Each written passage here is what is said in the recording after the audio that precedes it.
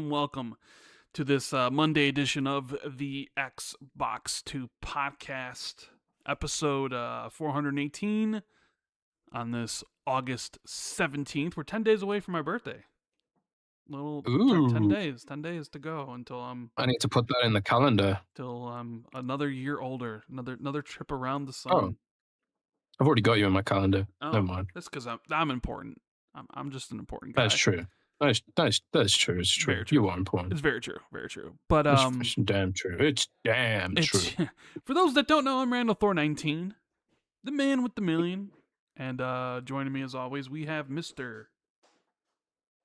Jez Coordinates of Windows Central.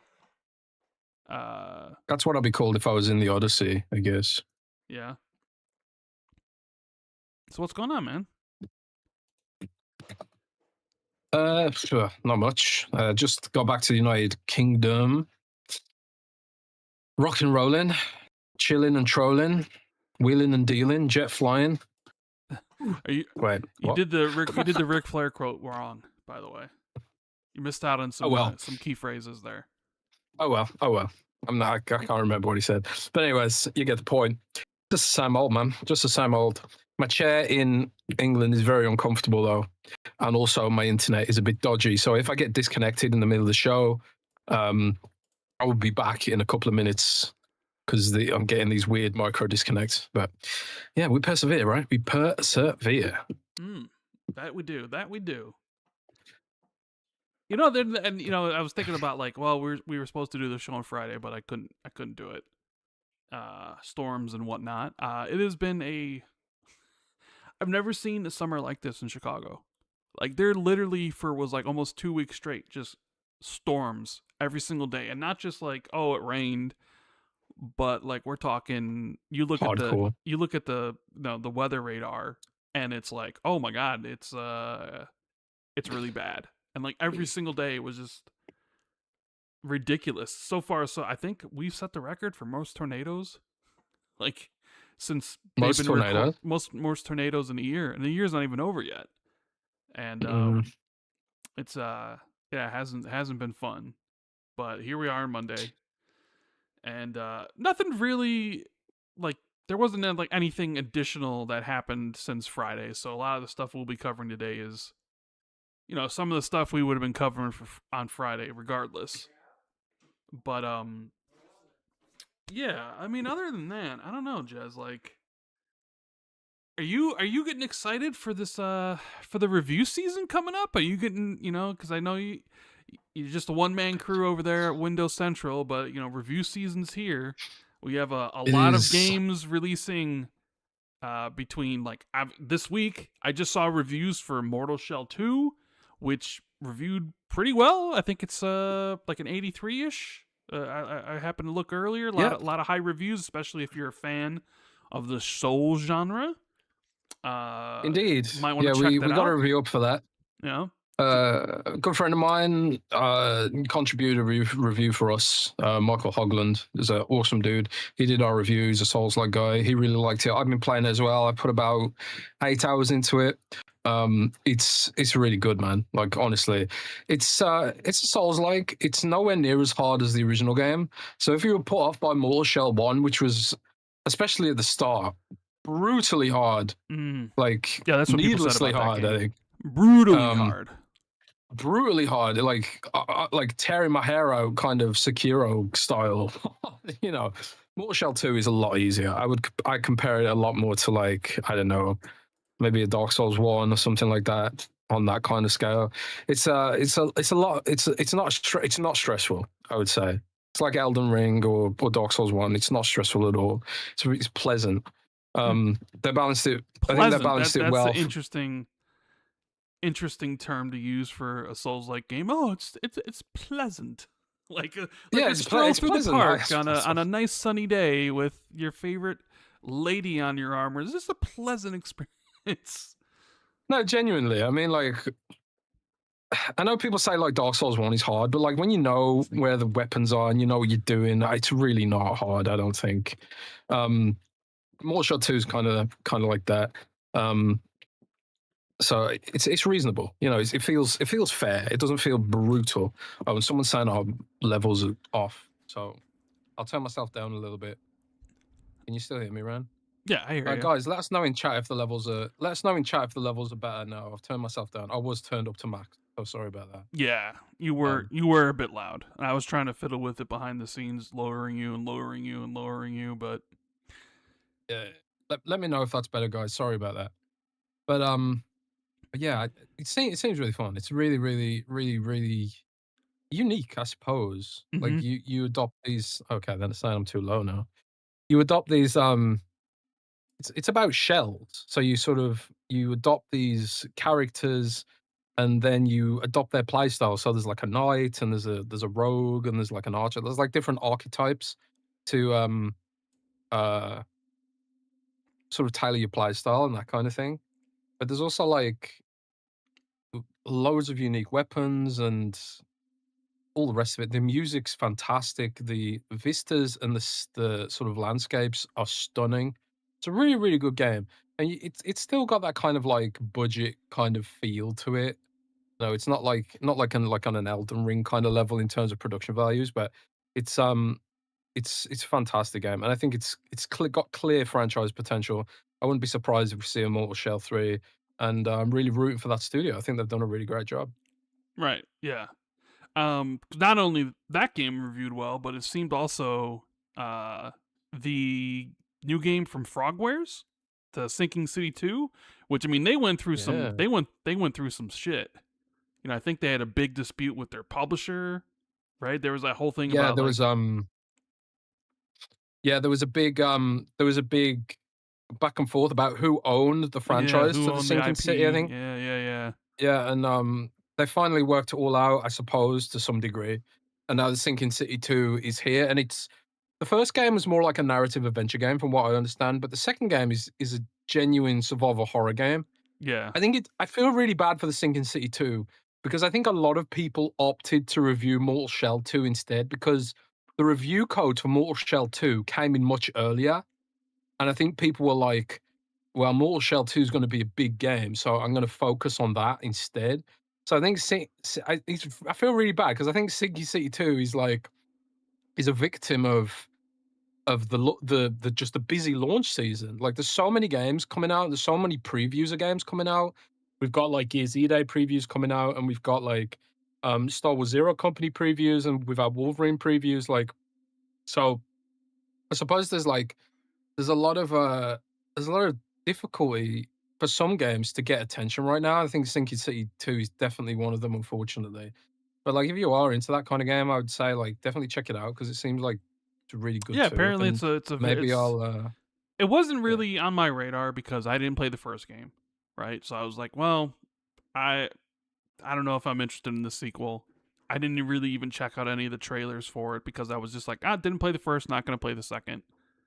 And then like I heard like this is basically just like a sequel name only, like different protagonist, all this sort of stuff. It's like, yeah, there might be some nods to the previous game for the super hardcore Mm. fans, but other than that, like it's basically just a brand new game with the Sinking City attached to it. And it was like, oh, this is actually a survival horror game, and I love survival horror games. You know, like you and the people that play Mortal Shell 2 love Souls likes. I'm not necessarily the biggest fan of them, which is why I don't really play them that much. But I do love me some survival horror, and I You was know, like, "Oh, this is a survival horror game," and it's like all the reviews basically talk about how it takes a lot of inspiration from Resident Evil and stuff. So I was like, okay, well, definitely Sinking City 2 is on my radar for sure. So I'll be real. Like I ain't a big Souls like fan either. Like to be honest, like I don't like see a Souls like game. It's like, oh my god, I need to play that absolutely right now. But I am a fan of overly bleak and depressing games, and what it does that just so say about happens you as that a person, though? That you're a yeah, fan of I don't know. overly bleak and depressing games. Yeah, and What does that say it about just so you? happens a lot. Probably a lot. Probably that I need therapy. Uh, But it just so happens that a lot of those kind of games are Souls likes, for whatever reason. So yeah, and that's kind of where I come at it from. I've tried I've tried a lot to get into games like Sekiro, for example. Sekiro is pretty bleak, but it's so hard, and I don't necessarily like the challenge. Sekiro is like it's genuinely challenging. I think Sekiro is like you have to actually like learn how to do things. You can't just like in yeah. Dark Souls, you can just kind of overpower everything, or in like Elden Ring, you can't just like cheese it. There are a lot of ways to cheese Elden Ring and Dark Souls, and that's how I played it. I played a Mm, wizard in Elden Ring, and I killed everything from halfway across the map before they even attacked. But like you can't do that in Sekiro. You have to actually play the game, which is you know? So yeah, I don't know. I felt yeah. like that was Mortal Shell gave you opportunities to cheese, and that's why I've been enjoying it. Rewards your creativity. Yeah, let's not call it cheesing. Let's call it rewards your creativity. Mm, Elden Ring rewards your creativity. It gives you tools in the game. Use them. You know. that is true. Although you did always say I was cheating when I creatively used my cloud saves to unlock all the endings in one playthrough. But somehow that was cheating and not being creative, using the tools at my disposal, Jazz. So I see, No, I don't know if that rules for counts. thee, but not for me, huh? That doesn't count because that's not in the game. It Save scumming is not in the game. absolutely accounts. Nah, nah, nah, nah, nah. I don't think so. Mm-hmm. Look, Maybe I'm sure chat would agree with me on this. I I just think got another phone call today about my loan approval. Jeez, I get like literally loan. three of these phone calls every single day. Why you have? Why are you getting a loan?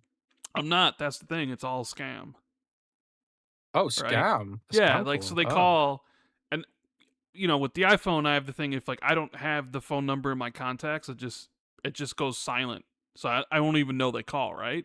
But then I'll get the notification that somebody did call and they left a oh. message, and the message is always like, "Hey, good news! You applied for a loan and we're ready to give it to you. $57,000 or $50,000 or $100,000. All you got to do is call back this number, waiting for your call." And it's like, so I block and report spam every time, and every single day, new number calls multiple times with the same thing, and I think I've blocked like 400 numbers. Like I just see the number and I just block it, and it's just a new number every day, being like, "We're ready to talk about your loan and quick approval." It's like Jesus Christ. I'm I'm either very lucky or maybe Britain has better laws around this stuff because I never really get scam calls. I don't know. I I do never used to get sometimes. scam calls until this. Now I get like multiples every single day. It's kind of fun though, like if it's a human and not a robot, because you can fuck with them. Sometimes I'll answer the phone and be like, "Oh yes, I was in a car accident, Jimmy. Can you help me?" Yeah, I bet you. That's Is that the that's not exact? fucking with them, Is man. that the It's exact funny. voice you use? Oh, Yeah, Jimmy. that's my elderly man voice. Okay. It's because they're looking for vulnerable people, right? Uh So I'll be huh. like, yeah, you fuck with them. It's fun. Crazy. Tegan says, "Who's Jimmy?" I don't fucking know who Jimmy is, but Jimmy's cooked, bro. Jimmy's cooked. Yeah, he's super cooked. He's But cooked, anyways, bro. um, let's do some housekeeping really quickly. Then we'll get on with the show. Um, do us a big favor, hit the like button if you haven't already. Subscribe to the channel. If you're here on YouTube, if you're listening to this later on Spotify or iTunes, leave us a review. It helps out a lot. Mhm. Keep in mind, even though we're not doing an ad read today for Surfshark, they are we've been working with them for quite some time. They're a sponsor. Overall, we do have an ongoing deal with them for if you need internet protection. You can sign Yes. up in links in the description for 86% off a 2-year deal. If you need, if you need, what's a good way to describe the Surfshark, Jazz? They just protect your internet privacy, and you're able to. Yeah, it routes your internet through their servers, so you Yeah. can, you know, uh, come at the internet from a different location. You can access your content from anywhere in the world, even if it's like supposedly not supposed to be accessible in that country. You can also do things like block ads, trackers, and malware at a system level, or just on the browser level. I just have it as a browser extension, unlimited devices, Yeah. RAM-based servers, all the rest of it. I, So I did it's I did recently hear that Microsoft Edge won't be compatible with uBlock Origin anymore at some point in the future. yeah, that's So true. that's no Yeah, good. Microsoft's That's no good for me. It's no bueno, but Firefox will remain Yeah, but compatible with nobody uBlock uses Origin. Firefox. Oh, really? I mean, in the Do you grand not? scheme Do you of not? things. Do you not? Well, nobody uses Microsoft Edge either. No, I Yeah, know, I know. but Chrome's blocking uBlock Origin as well. Yeah. I don't know if Surfshark blocks YouTube ads actually, but you shouldn't block YouTube Well, it ads doesn't because matter. Like content creators need them. I We have we need we YouTube. need them. I have YouTube We, Premium, we, so I don't get ads on YouTube okay. regardless. How's But Rand gonna buy his what do you drink? Factor is it? What Propel? How's Rand gonna buy his Propel? Everyone blocks the ads, right? uh, I'm not worried about that. It's like usually when I go to a website like a Windows Central or an Insider Gaming, and the ads just make the There is a browsing experience yeah, of it's those ridiculous. websites Yeah, ridiculously. I understand why people just use it's the really annoying. aggregators on Twitter to read the stuff because it's Well, I the. use an ad block on my own website, Oh my! so You shouldn't admit that. You shouldn't admit that. Windows Central people I know I probably probably listening to this right now, being like, "Excuse us, our own yeah, editor." probably, but we've complained internally about the ads. There's The I like think I, the ads have made the there internet is a like an level, there awful, awful is place yeah, now. If you just yeah, for wanted to sure. browse around and stuff, so uBlock Origin it Yeah, I is. mean, So now that uBlock Origin is moving away, I guess it's gonna be time for Surfshark and just block that stuff right rare, at the router level. the root. Yeah. Yeah, yeah, maybe. We also have our wonderful, amazing, super sexy patrons. Which Jez, why don't you give a shout out to all of them since you didn't get to do your Indubitably. your rar today for Surfshark. Yeah, we'll do some Patreon shoutouts. We've got a couple of new ones this week. And But yeah, we've got keep in Adam mind, Bartolo. more than Oh, anything, all these people super sexy Xbox Two MVPs, right? oh yeah, they are sexy. I read somewhere that if you're an Xbox Two MVP or an Xbox Two Patreon member in general, Yeah. people just think you're more And sexy. I don't. you did put out a newsletter today with some interesting I tidbitties, did, yeah. should And say. I did yeah, see Nate the tidbitties. Hate has been saying that Microsoft might have a maybe cool thing, Gamescom or something. And I did see that Yeah, yeah, yeah. your newsletter didn't say what it was, but No, you know, I did give a little hint, a little but hint, because I little hint. we'll talk Yeah, about that more in a bit. But yeah, I do put some like hints and tidbits in the newsletter, and it is 50% off right now. So if you do like getting newsletter recaps and that kind of thing, definitely check it out.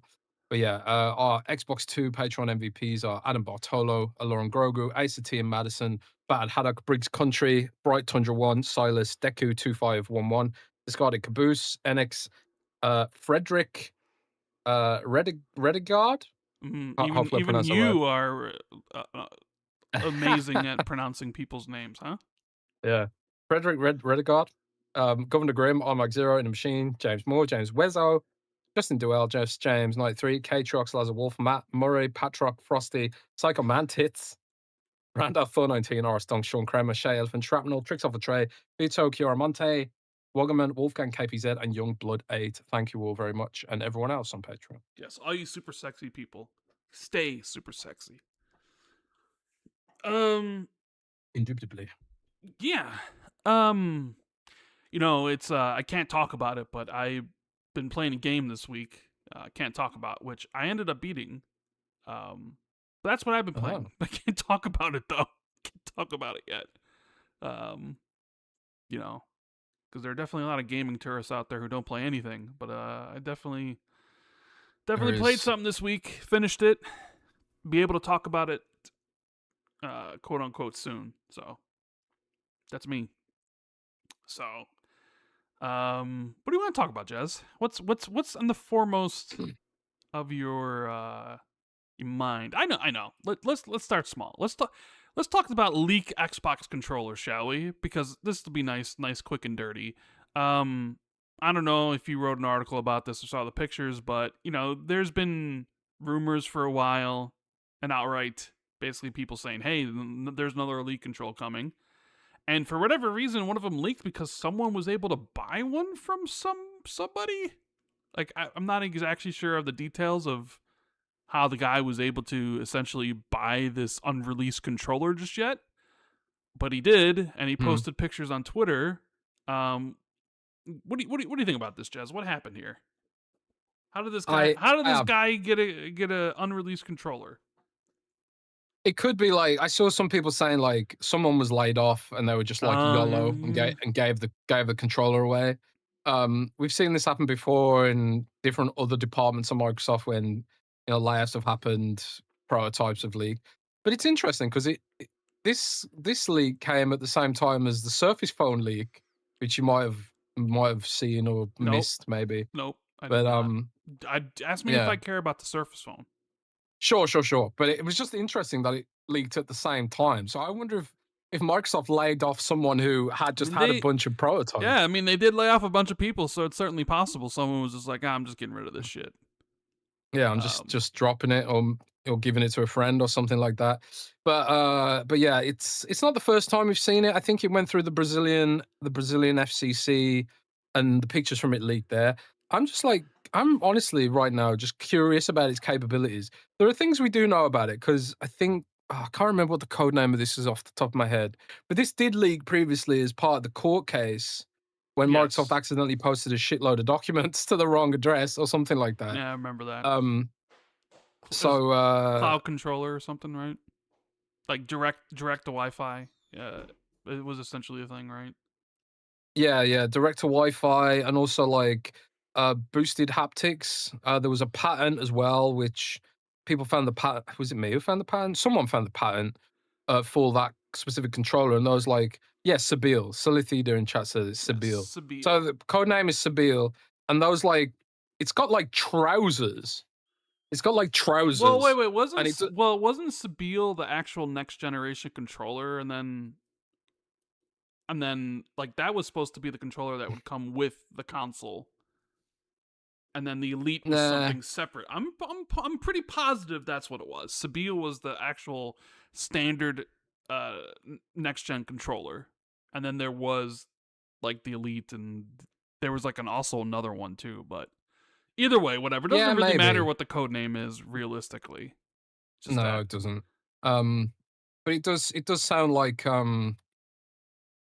this is at least parts of it are related to the pattern, and those like weird trousers are where the haptics are kind of housed. So it does sound like there's going to be like boosted haptics here if that pattern is correct, because like the pattern that leaked had like diagrams or drawings where it showed like the trousers or the pants if you're American. But people are calling it like the Xbox controller looks like it's got trousers. All the haptics are in there, so like I don't know how that's going to work. But there's also an LCD panel which I thought was interesting. One of the pictures shows there's like a little animation on it. I Mm-hmm. suppose the LCD panel like gives you information about where your controller is connected to. Because one of the things about the controller is that it's going to be very multi-platformy. So you can connect Bluetooth devices, but also direct to Wi-Fi. So direct to Wi-Fi eliminates some of the latency that you get with eliminates some of the latency that you would typically get from using Bluetooth on cloud. Because there is a bunch of latency issues that happen there. So yeah, I'm really intrigued about this. One thing I've got reservations about is the battery. Like I know some people don't like built-in batteries, but the built-in battery on the Elite controller is absolutely fantastic. It's huge and it lasts forever, and it's always constantly charged if you've got the dock. And even if you're not constantly charging it, then it just lasts forever. It's a really high quality battery. So I'm hoping they haven't gone cheap on the battery, however they've designed it. Right. Yeah. Um, but I would presume it's got to be ready for the prime time soon. So maybe this is something that they announce at Gamescom or something like that. I suppose we'll find out. I mean, it's certainly possible. You would think that part of the 25th anniversary, maybe is that a good time to sell a brand new controller? It Yeah. doesn't necessarily seem like they're waiting for next generation. Maybe they are. I mean, potentially, but I don't know. I saw the picture and I was like, okay, look, I've Orton. I've bought both Elite controllers, the Elite Series 1 and Series 2. And I had both of them break within 4 Oh, months. that's bad. So, fool me once, shame on you. Fool me twice, can't get fooled again. No, fool me twice, shame on me. Fool me 3 times, I don't even know if there's a saying for that. I So, don't think so. No. I am going to be taking a long wait and see approach on this one because I'll be damned if I'm going to spend what I presume is going to be $200 plus easily, if not 250. Right? I know because I know people will be like, "Oh my god, it's got an LED on it. It's gonna add the cost, right?" I'm like, "Yeah, well, I mean, how else are they gonna sell this thing for over $200? Like because accessory prices have gone up. It's like, yeah, they'll have like all these different features and haptics and what have you. It might be pretty cool, Mm. but I'll be damned if I'm for the third time gonna buy one of these controllers and then for the third time have it break within 6 months. So we'll wait and see Yeah, about the the shoulder buttons are pretty durability dodgy. and all those sort of things about like how long these controllers actually last. So There is a pretty renowned defect on the Elite controller where the shoulder buttons break. no, If you or play a like lot the of actual handles will come apart. I've not had that issue, but I have destroyed 2 shoulder buttons because I play games that use shoulder buttons for attack, like Sure. Souls likes, I guess. A lot of games use shoulder button for attack these days, rather than just like, I don't know, switching a menu or whatever. Um, yeah, I don't know. We'll see how it goes. I would hope Microsoft's taken feedback on that shit, but maybe they haven't. I don't know. Mm. Hold on 1 second, Jez. Oh, Rand's got a phone call. Um, AJ says, I still swear by buying batteries for things like this. The likes of Samsung and Panasonic make amazing sets of rechargeable batteries that last long and have far higher milliamp hours. Yeah, I mean, you're not wrong. I mean, I was buying those what are they called now?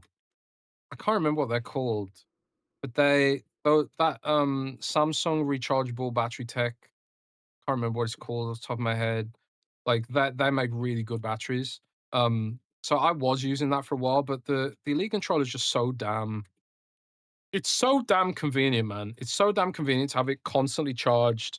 And a loop, that's the right and a loop batteries.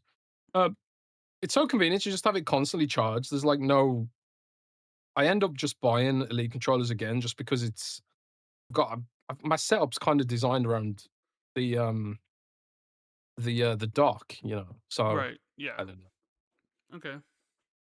I use loop batteries. That's what I use to recharge. I Right. have a recharging thing, and then the batteries run out. I just quickly swap them, and they last for a good long time. They're pretty great. But I'll be interested to see what they do with this Elite Series 3, how they really sell it compared to the other ones, or how they reassure people that hey, this time it won't break. We promise. Because like the Elite Series 2 did have a lot more features than the Elite Series 1. Mm. So it's like, and this one is direct to Wi-Fi enough? Is that enough of a new feature? I would imagine not, because most people are probably like, who cares about direct to Wi-Fi? Haptics could be a big selling point. That is people really do seem to like the haptics on the PlayStation controller.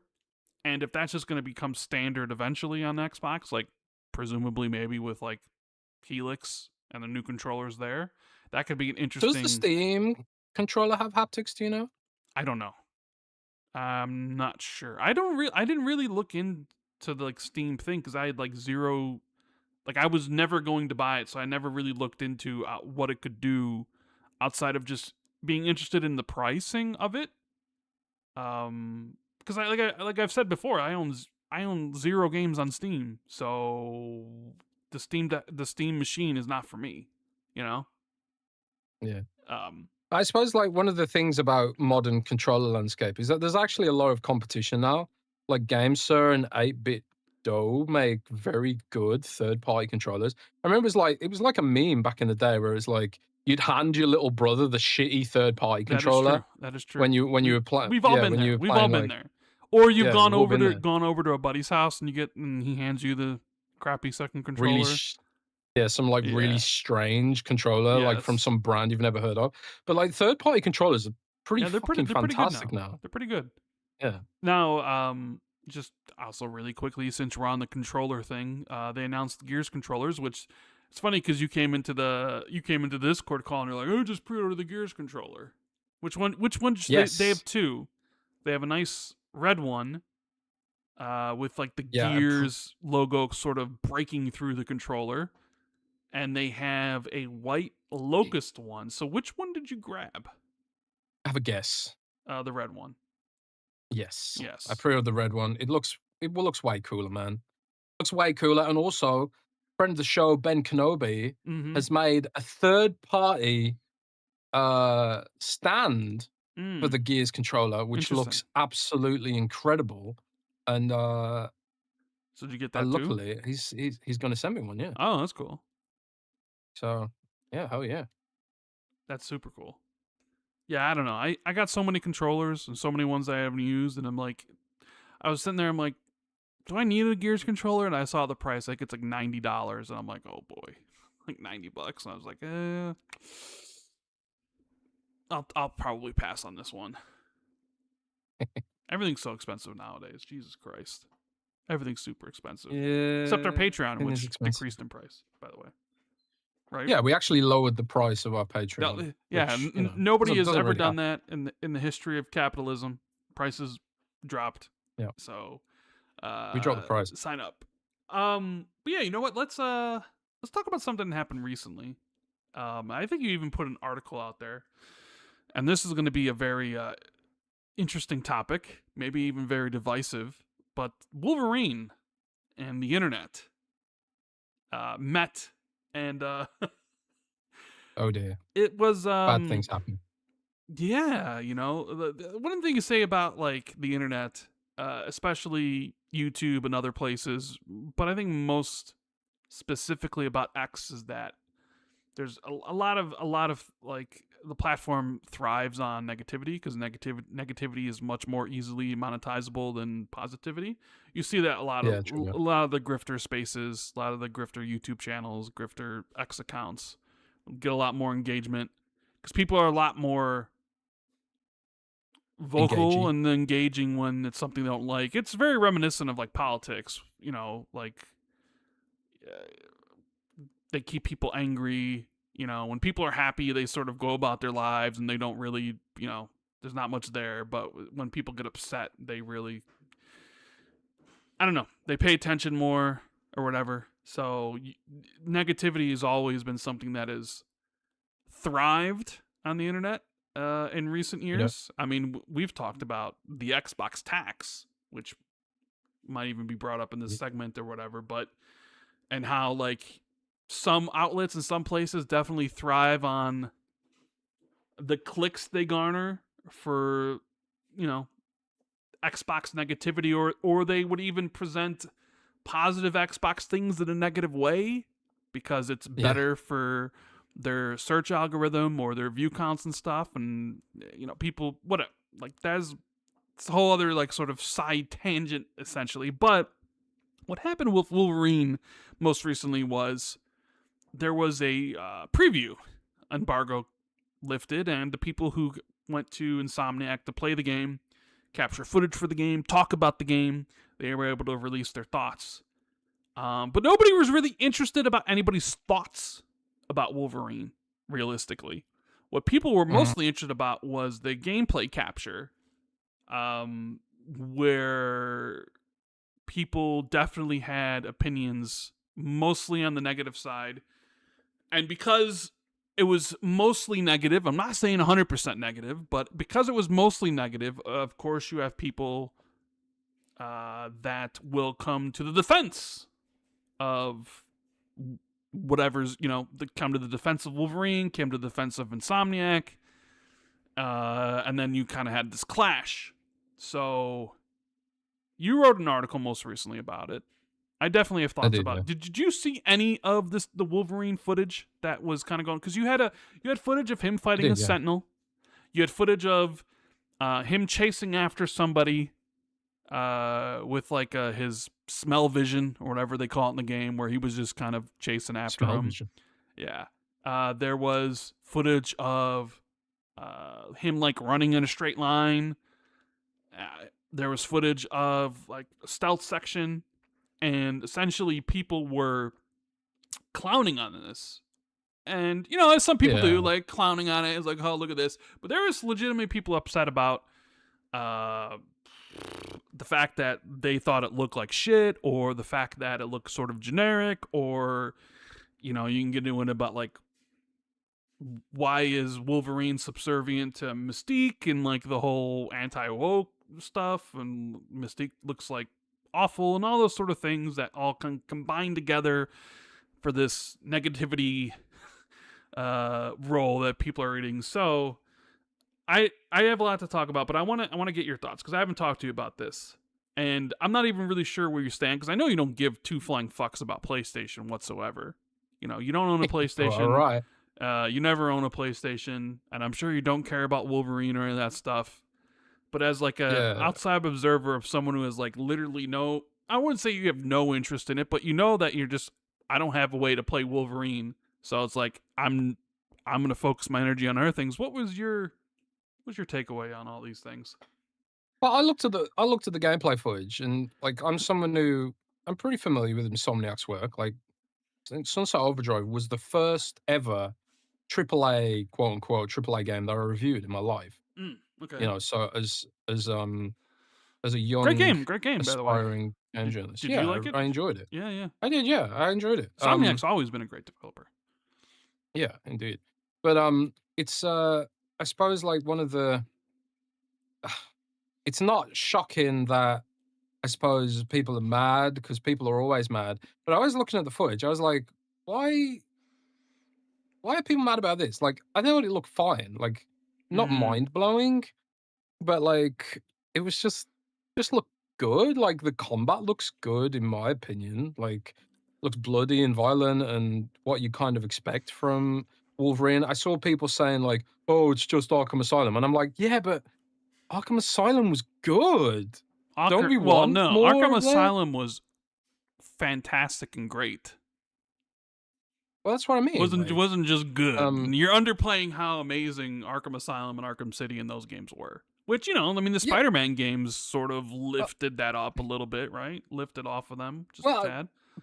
Point being that like those games were highly rated. Like they were. I didn't like. I admit I didn't like the Arkham City or Arkham Knight.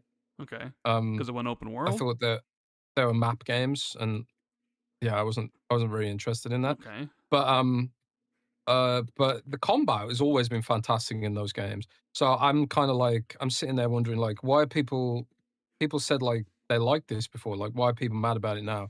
So like some of it's like a bit of grift, I suppose, and some people just want to be mad for the sake of being mad, as is part of the course on today's internet, right? But and like some people were clowning on some of the sections that were like that looked like they were kind of on rails. I saw an edit where someone had edited like Sonic rings onto it. Yeah, like so someone. It was looked like you're playing Sonic and stuff like that, which I thought was like. It's funny. I thought it was mean, because it was like it was funny, but it was also like out of context. I don't necessarily know if it's out of context. I think people get it. I mean, it kind of is. Like every game. What game haven't you played where there's a running sequence? Like it's an action game. There's going to be a running sequence at some point, isn't there? But does that speak? But let me ask you this: does that speak to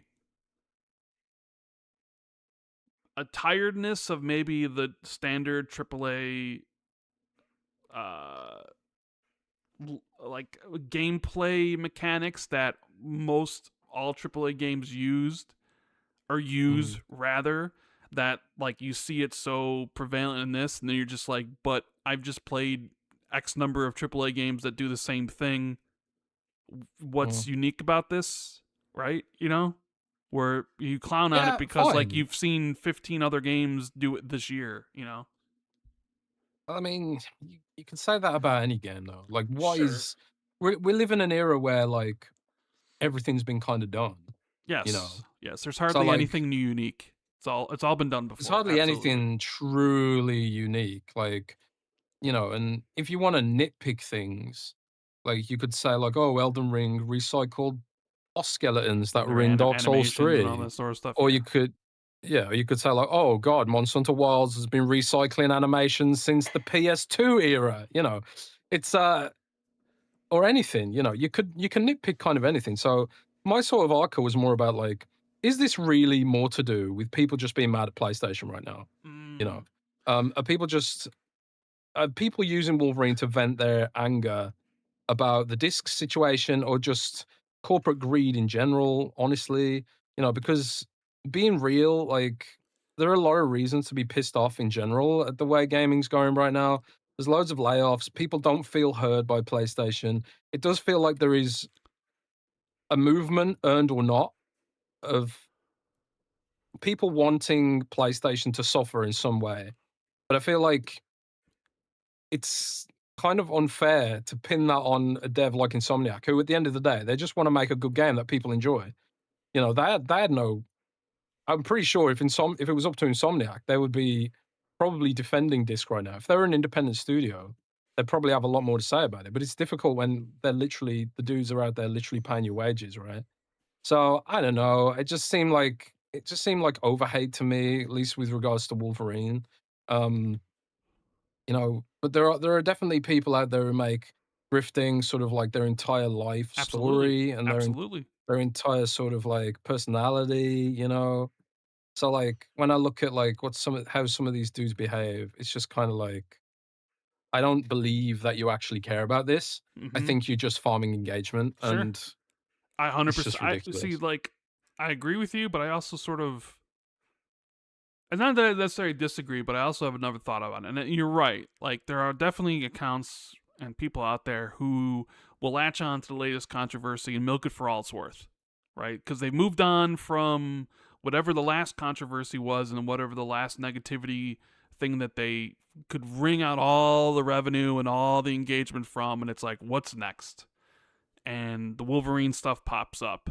And you're right. I do think, not saying this is everybody, but I do think Wolverine is used as like a proxy war to fight against PlayStation and their decision to get rid of physical games in 2028. Absolutely. I think there are definitely people that are being very hateful towards Wolverine, not necessarily because they don't like the game, but because they want to send Sony a message. I mean, hell, I think next week or the Mhm. week after is the PlayStation blackout, where Oh the yeah, people and part of this sort of rebellion, I guess, or this uh, uh, you know they want to send Sony a message that they won't go away silently into the night, and that they're calling on people to turn off their PlayStations for a week. And so they lose monthly active users and they don't make any money and all that sort of stuff, like an actual like consumer boycott. And I do think there is some of that, like, hey, Sony clearly doesn't care what people think about their decision with games. I think it's pretty apparent from the way they haven't responded on social media about any of this stuff. The only time they really talked about it is in like social in like their financial like calls, right? So they clearly yeah. feel that they're not going back on this and it doesn't matter, like, that maybe I'm not saying that they don't think their fans are worth responding to, but that it wouldn't be a good idea to respond to them because this is happening regardless. And they can say all the Mm. platitudes about like we hear you and all that sort of stuff, but obviously like, yeah, they hear you, but guess what, we're moving in another direction. So yeah, Wolverine's being used in that scenario of like, I'm gonna take out my hate on PlayStation on this. With that said though with that said though with that That's sad. said, though, That's sad. when I Go first on. saw the footage, Ooh. I was not the first thing I saw. was the Sentinel boss fight. And no joke, my first thought was, I've seen this boss fight millions of times the last 20 years. I've even seen it in the Ben 10 game. And sure enough, someone actually put down... game? Yeah, someone actually put out a video, like a side-by-side or, like TikTok of top-bottom of the Sentinel fight in Wolverine versus a robot fight in Ben 10 where it's the same thing. Large, imposing figure in the background, smashes the ground, the protagonist runs up and hits the arms, rinse, repeat until dead, right? You've literally done that boss fight a million times since, like, the dawn of the 360 era or whatever. I mean, hell, it was like, if you remember God of War 2, I mean, that's one of the... Like, it's been done to death. And that was my first thought when seeing this was, that's kind of derivative. Doesn't really seem that exciting. I was expecting more from Insomniac. That was my first thought, right? I was like, whatever, And I saw the other ones. I saw the chasing after the saber. I forget who he's chasing after, and like the there's always the discussion of like the yellow lines and like where you can actually climb and do these sort of things, and people are like, oh, we need to get rid of it because it's very, demeaning to players, or people just don't like to see it. And it's like, here's Wolverine, just even though you can literally see the person running and there's literally only one direction to run. It's like he also has like the smell thing, because like Wolverine can smell, so it's like you can see the person, but he also can smell. So like it's like more of that of like, oh, here's the yellow line thing, but even worse, like there's just one direction to run in and you can see the person, so why do I also need like a pink line to guide me to something? And then there was like the whole like, let me just run straight forward while all the pretty explosions blow up, which is like, okay. And the stealth section, which is very reminiscent of literally any stealth section in any game in the last 15 years as well. But even though I thought like a lot of the footage, I was just like, okay, yeah, this is not necessarily the most exciting thing I've ever seen. I also realized, like, I bet you this is from the beginning of the game, right? And most tutorials, I think one of the devs said that. Yeah, most tutorials and stuff like that, like, they're very basic. Like one of the games I played most recently, like you just kind of want to get done with the tutorial because everything slows down. It needs to be like, press X to attack, press Y to do this stuff, and it's all just sort of, I don't know. When you've played all these games for 25, 30 years, like tutorials are just, they're boring. Part of me wonders the beginning stages of a thing is just boring, right? Like the only time I've literally felt like any sort of smart game design when it comes to tutorializing was like James Bond, the most recent James Bond game, right? Yeah. Otherwise, like the beginning of games are usually kind of just, they're just there to teach you the mechanics and you move on. Like right? So I'm watching the Wolverine stuff and I'm just like, yeah, it doesn't look very exciting. It looks all very derivative. And if the game is like if the game doesn't evolve past this, where it looks like this for the rest of the game, then I'd be like, yeah, this is like, it's not going to be great. But I would imagine it doesn't. I would imagine like the combat becomes more involved. I would imagine there's potentially different type, like the Sentinel boss fight maybe ends differently, or there's like a better one later or what have you. And so I can understand like seeing some people's reactions if you aren't just being like, I'm using Wolverine as a proxy war against PlayStation. But I understand like people, because I guess there's the difference between outright hate and anger versus like criticism, because sometimes those two can be conflated a bit, and there are definitely fans who will say any sort of criticism against their favorite thing is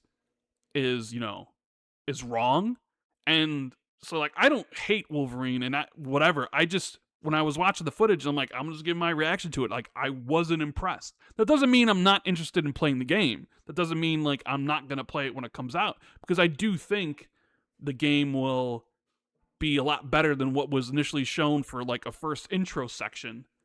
But if it doesn't, when I do play it and it's like, well, then it's gonna get the scores it should get. So that's where I'm at. Is like I feel like when people then overly generalize, the people that come out to like say like, oh, this hate is this is so wrong and all this stuff, I think they also are like lumping in like all the essential criticism. Granted, I haven't played the game, so I have no idea how it plays or feels. I'm just judging it based off of what I saw, and what I saw wasn't that exciting for all the different reasons I've just said here.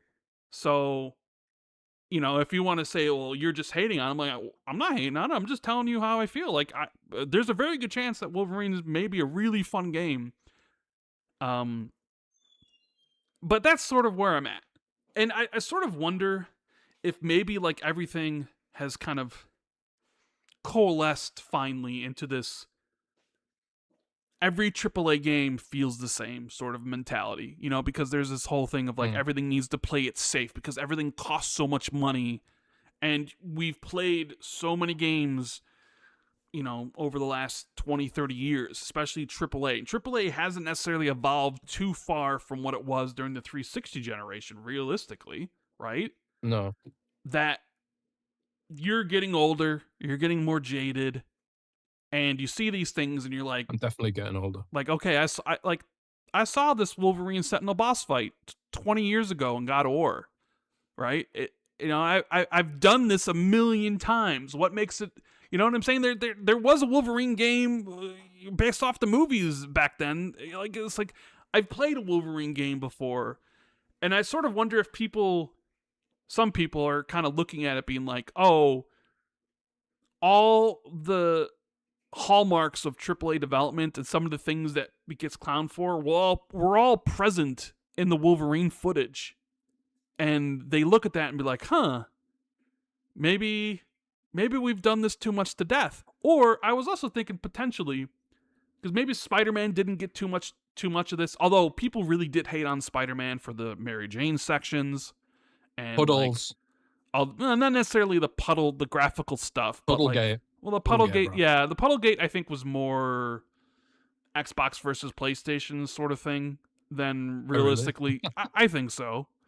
But I was talking more about like the gameplay stuff of Spider-Man 2, like Spider-Man and Spider-Man 2, where like people were really hated on the Mary Jane, and I wasn't a fan of the Mary Jane sections at all either. I was just like, I don't know why this is part of the game.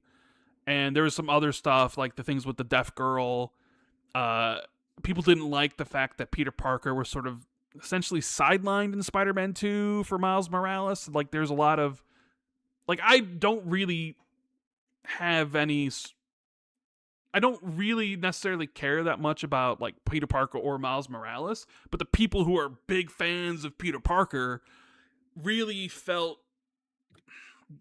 I don't know, like they felt that their character got shoved to the sidelines in favor of Miles Morales, so that like that turned him against the game, and I didn't think the writing or the story was as good as in Spider-Man 2 as it was in Spider-Man 1 and sort of that stuff. But like the thing about Spider-Man was that it was fun to play consistently, right? You had this giant city to swing around, and the web slinging was so much fun in both games.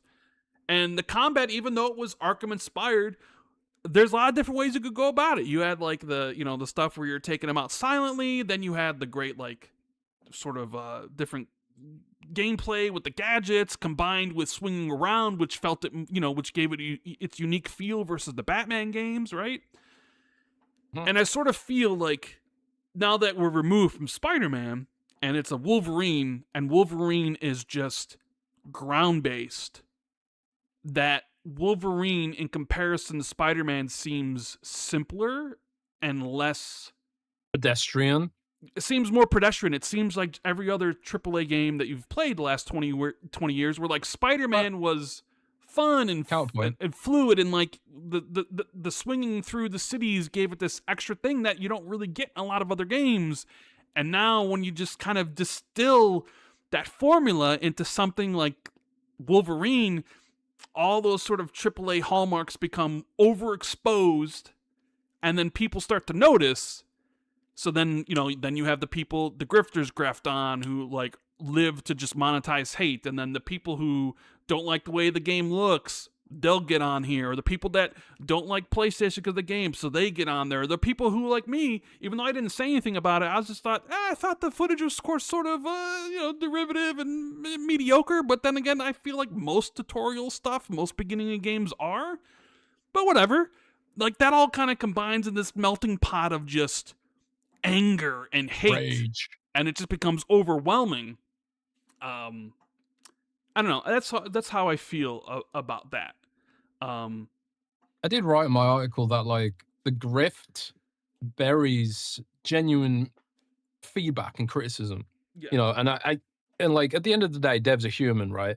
And they're going to see like all this grift, and they're just going to assume like any kind of feedback is probably either right in the grift or it's just negative for the sake of being negative.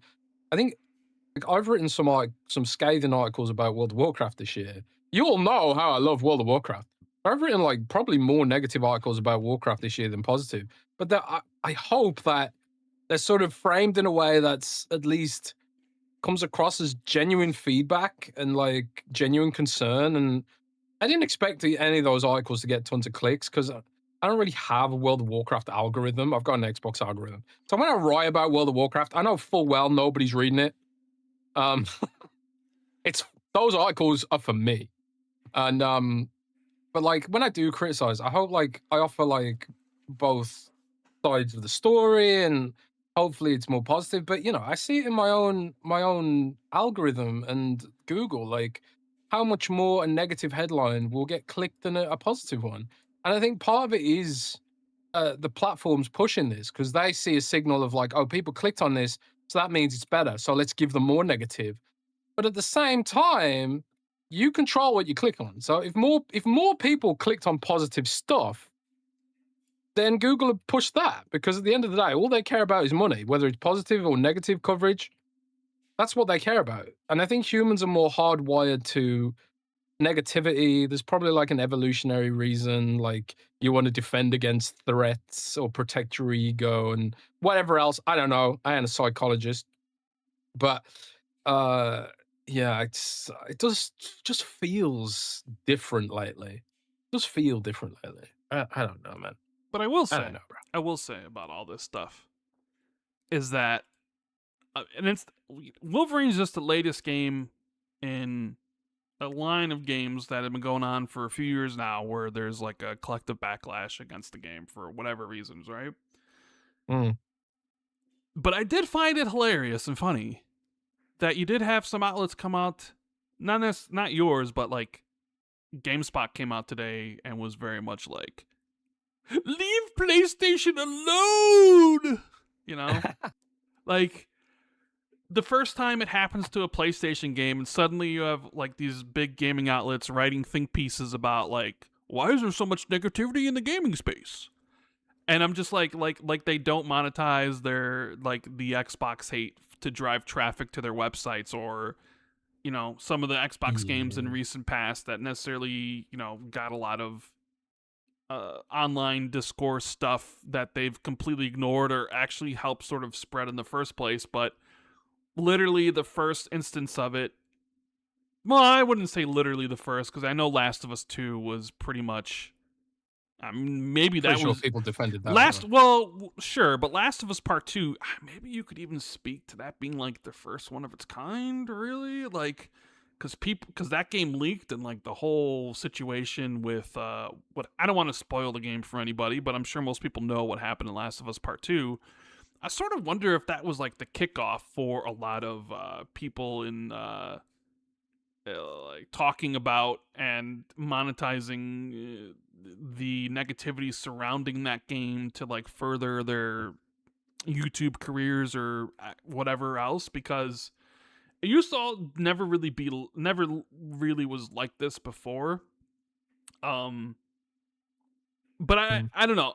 I did have a good laugh today when I saw Kotaku and GameSpot both come out to essentially being like, what is exactly what was exactly the article from? Let me see if I can find it.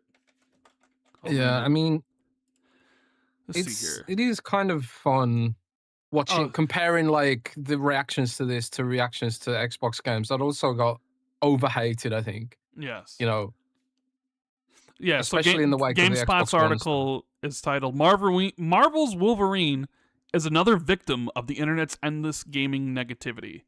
And I just find it funny that like this is the I don't know, like there's plenty of games recently that have suffered under the internet's gaming negativity. I mean a lot of even like movies and stuff like Odyssey most recently or where basically you had a whole Yeah, you had basically the it was a entire campaign against there's a that campaign movie. against the and you know how much money it's made, like 1.3 billion dollars. It basically shut them I love all that up. movie. But like there have been games this year, It's a good last movie. year, year after where like the hate, I don't say GameSpot or Kotaku or anybody saying anything about it, nothing. But the first time it's happened to a PlayStation game in a bit, like granted Last of Us Part 2 maybe you could say is the father of all this back in 2019 I think it was. But man, like the first time it's like leave PlayStation alone, poor Insomniac. It's like okay, all right, I see you, I see you. You know, I don't know, man. I don't know how this is all gonna play out. I mean, I always sort of also think to myself like, gotta remember that the YouTube X bubble is just that. It's a bubble. It doesn't really reflect like you know the real world, so to speak. Like when you say like Twitter's not a real world, not the real Yeah, world. I mean, just like I the said, game's gonna sell well. Wolverine's gonna do just really look at like well. something like the Yeah. Odyssey. Like they were so sure the Odyssey was gonna flop its ass off, and it's Christopher Nolan's most successful film ever, and it's going to be one of the biggest films of the year. Just showing you that the disconnect between the online negativity brigade and real life is as far as apart as you can imagine. They'll point to other things, like small stupid shit. They'll be like, "Well, this game, go woke, go broke," and it's like, yeah, but like there wasn't any interest in that to begin with, and what have you. But I sort of wonder, you know, is Marvel's Wolverine going to face any sort of sales uh, downturn because of this, or just regular people who as we've had on the show before, Colin Moriarty of Sacred Symbols. He put Hmm. out there's a clip from his podcast about Twitter about like how he sort of feels lately about like PlayStation, and he basically boiled it down to is that like PlayStation doesn't necessarily care about the fans because they've been replaced by casuals, right? And like that they're not like they used, like they built the platform being the fans, and now PlayStation doesn't necessarily need them anymore. And I sort of wonder if that's the case, will like regular people who just want to play a Marvel game and are just really interested in Wolverine just gonna buy the game on the game because it appeals to them, and people are gonna be wondering why. And after a couple weeks when they announce really good sales numbers for Wolverine, they'd be like, well, I guess like is it gonna be an Odyssey situation where it was this like, dude, it's a Marvel game, it's Wolverine, the game's gonna sell regardless of whatever hate you see on social media, and be another example of like, hey, this shit ain't real. Real people don't like talk like this, like outside of social media, and like the game's gonna be successful regardless, sort of thing. I wonder. I wonder. I I don't know. wonder too, bruh. I wonder too. Yeah. I think there's the industry. I think there is definitely a cultural shift, a cultural and demographical kind of problems.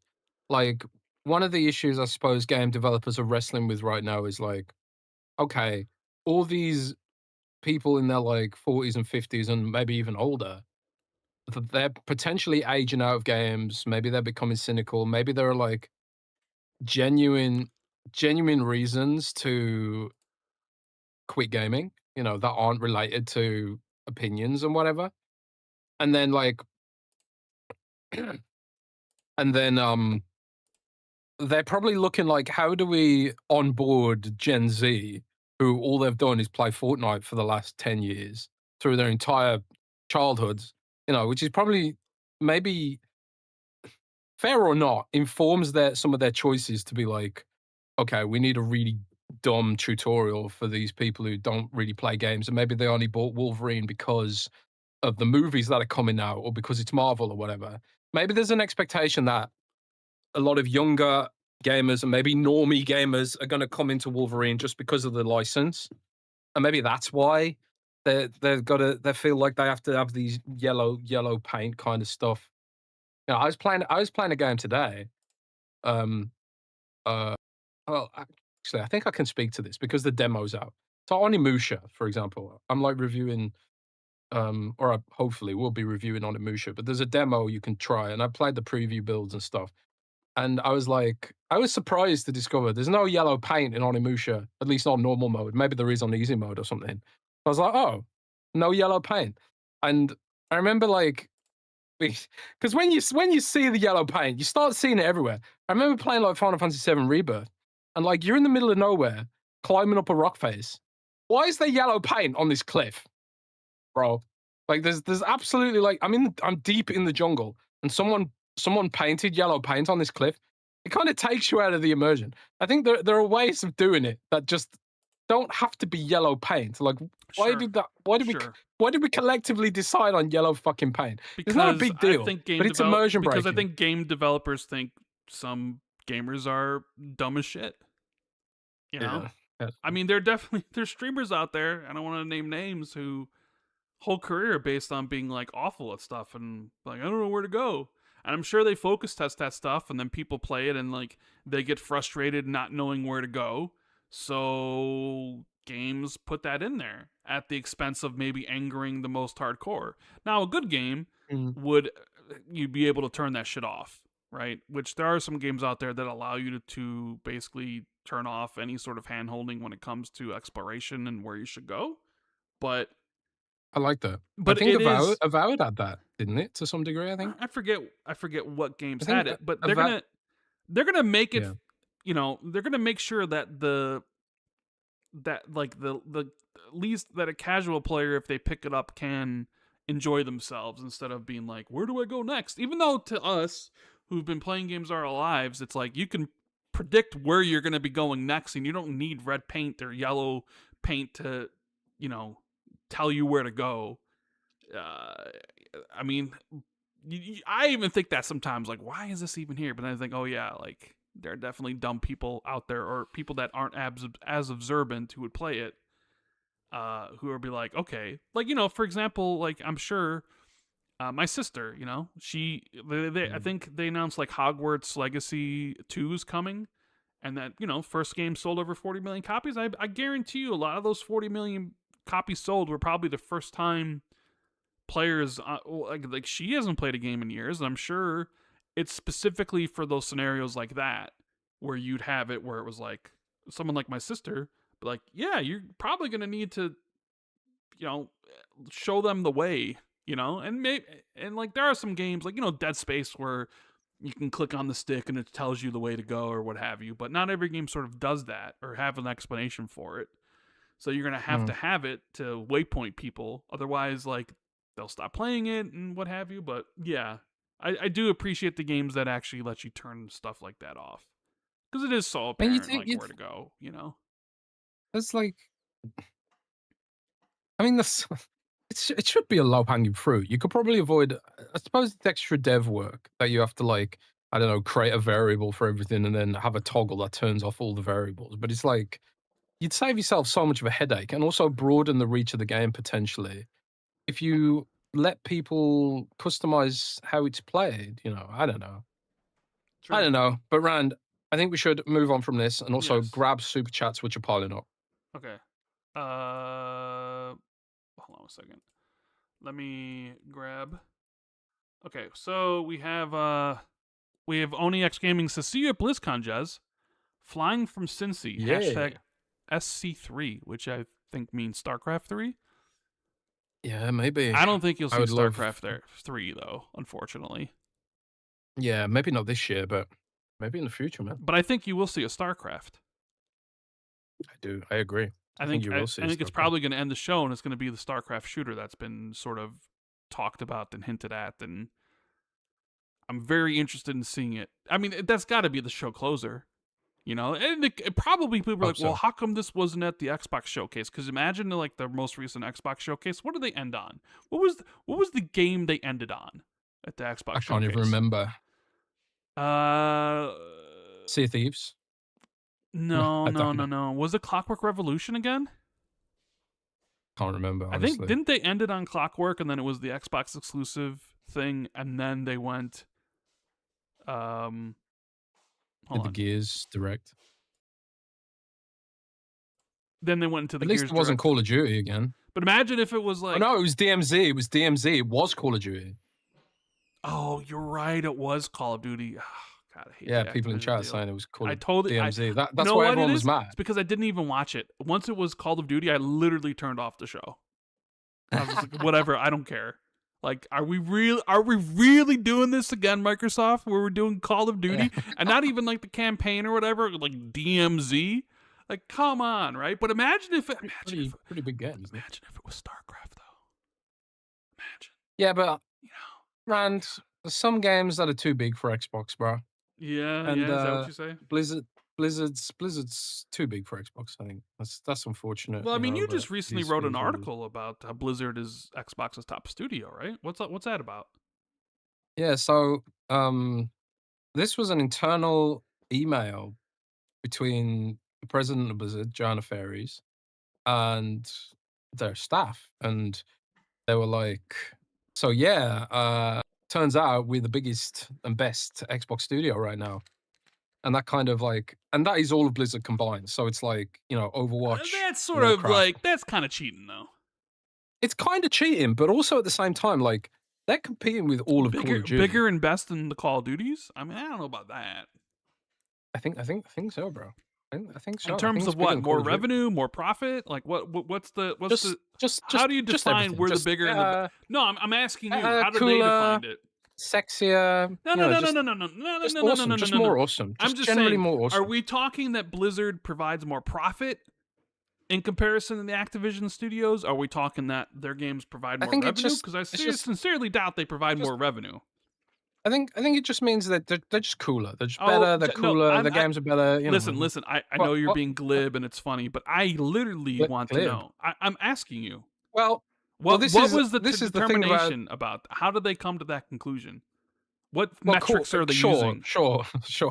I mean, it was a corporate email to all. There's a corporate email to all staff, so they kept it vague intentionally. Well, so we don't know by what metric, but it sounds like they did include some of the metrics. If you had to guess what the metrics were, probably revenue, I would imagine. Are you telling me, oh, Blizzard? I guess maybe since last year's Call of Duty basically fucking was a disaster. It's probably not true. It's probably not going to be true. Like when they start factoring in Black Ops 2 and 1 remakes. Yeah, but then again, I mean, even though they sold 11 million copies, I mean, they also were like $40, and then some people were able to buy them for half price because of like the price promotion with PlayStation Plus.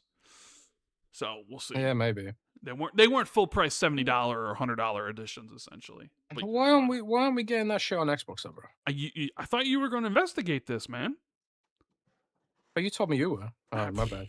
I couldn't care less about old ass Call of Duty games on Xbox. You sent me a message. You were like, I'm gonna be a game journalist, and I'm gonna investigate this for you, Jez. That's what you told me. And now, GG, you haven't done it. But GG. Okay. So now it falls to me, I guess. Damn it. So what else? They basically sent an email bragging that we're number one. Essentially, is that what it was? Yeah, kind of. But there were also some other interesting metrics. Like they were saying Overwatch is bigger than it has been since COVID. That's not possible. People tell me that it's dead on Steam, bro. How's it bigger?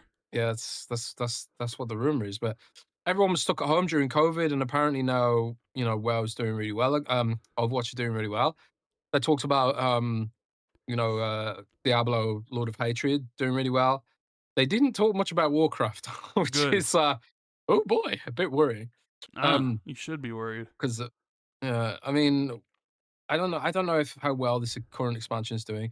Blizzard kind of did an experiment where they were like, "We're going to make a 3 expansion saga all about one story," and I think people are really sick of it. I think it's like, okay, we want to move on from this storyline now, and it's like, oh no, we've still got one more expansion of all of this storyline. But I think they probably won't do this again. But I think that's part of it. But yeah, it does sound like Lord of Hatred and Overwatch are doing really, really well.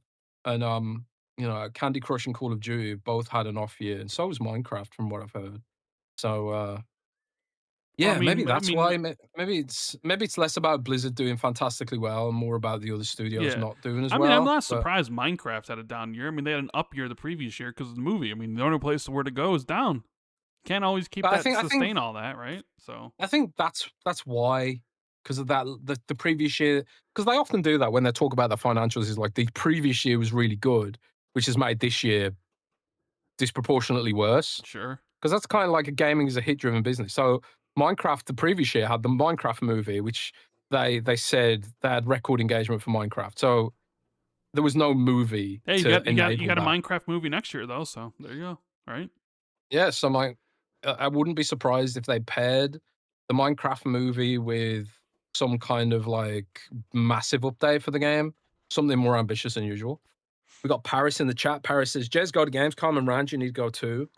Yeah, I'm not going to Gamescom this year, unfortunately, but I am going to BlizzCon, which is far more important. He's going to BlizzCon so he can see the StarCraft reveal.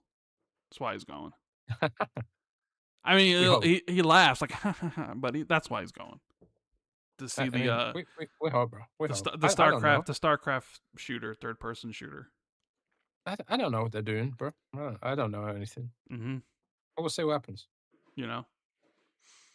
Yeah, but I was just like I mentioned before. It was like, hey, imagine if they revealed that at instead of Call of Duty DMZ, but like you said, there's a BlizzCon this year, so and you said StarCraft's bigger than Xbox, so Yeah, StarCraft's bigger and more important than Halo, at least. well, I mean, you bring up Halo, so we might What's as well going on with talk about it. Halo? Yeah, well, we might as well talk about it. I guess. Did you get all the super chats? I didn't. I didn't. We're going to talk about Halo. We'll talk about Halo in a Oh. second. We have Death Joker says, Rand and Jez, you guys need to get into the Dungeon Crawler books. Dungeon Crawler dude, I've read them all. So easy to enjoy. Plus, the auto version is by far the definitive. I've read all the Dungeon the Dungeon Crawler Carl books. I've read all 8 of them. 8. How many are out now? What, Yeah, 8. what I've are read they? all 8 of them. They are great. I recommend them to anybody. It is lit RPG, which is kind of like video gamey in a way. A lot of power ups and statistics and things. It is being made into a show. It's already been greenlit. It's going to be a show on Peacock. It is. What is it? So the story basically is like Carl, who is this lifeguard, and Donut, which is his cat. They're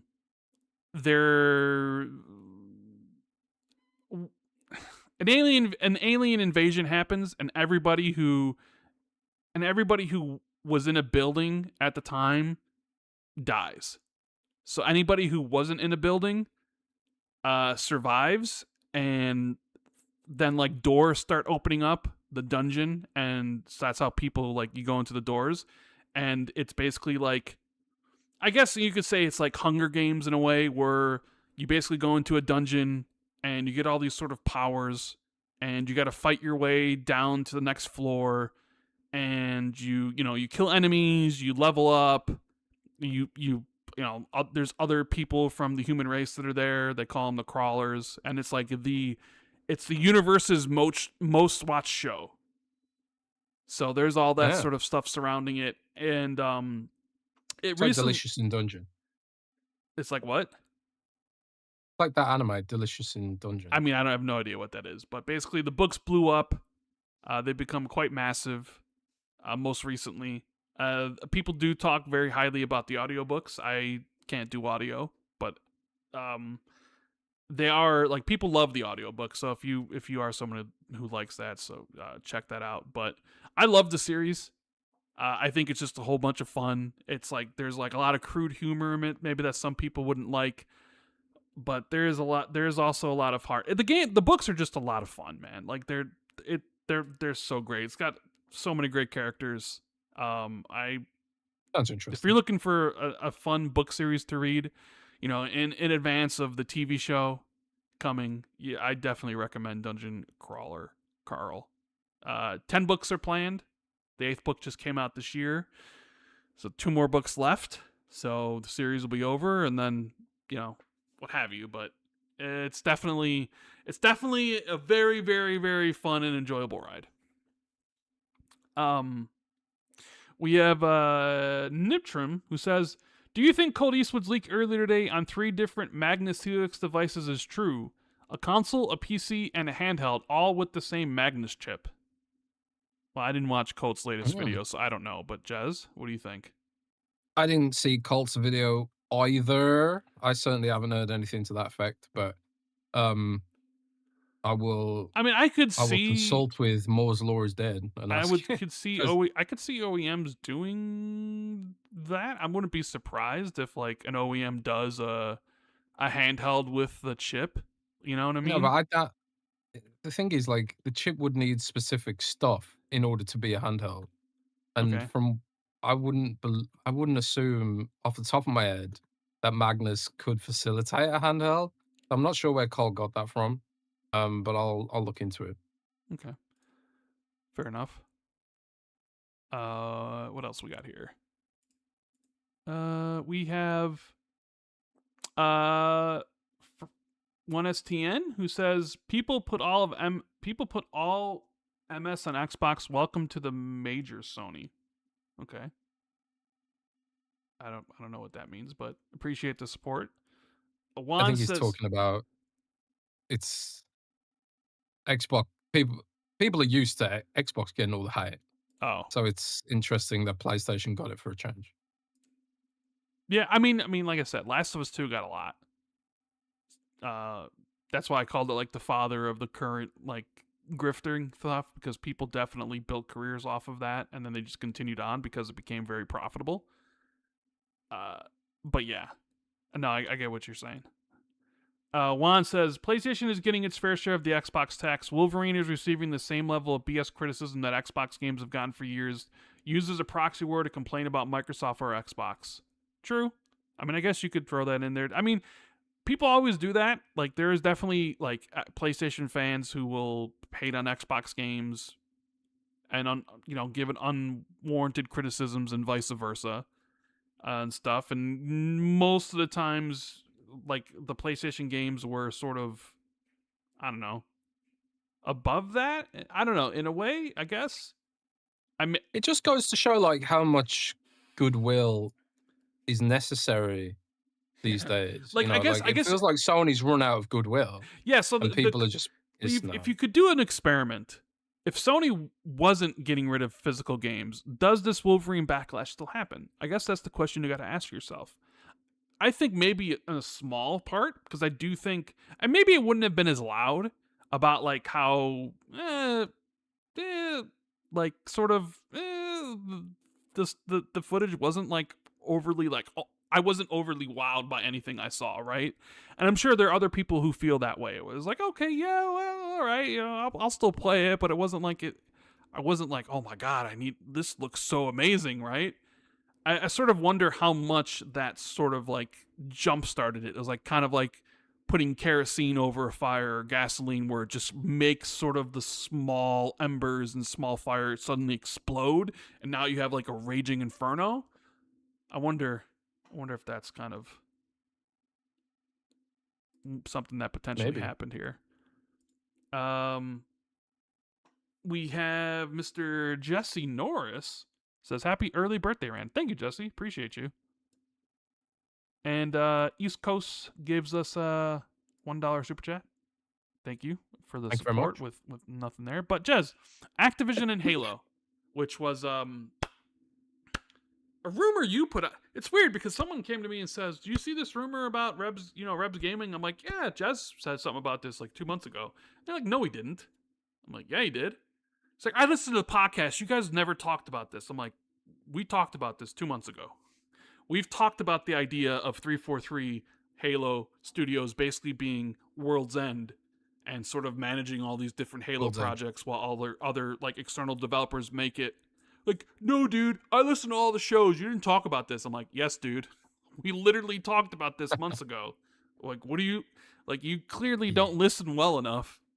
Because he's like, "This is new information." I'm like, "It sounds exactly like Jez's rumor from months ago. What are you talking about?" Yeah, I mean, I was Sloth publicized the rumor that I put out. So, and I did reply to Sloth, and I was like, I don't necessarily believe this. I don't have good sourcing. It's just kind of like this is kind of like rumor mill podcast kind of ongoing investigations.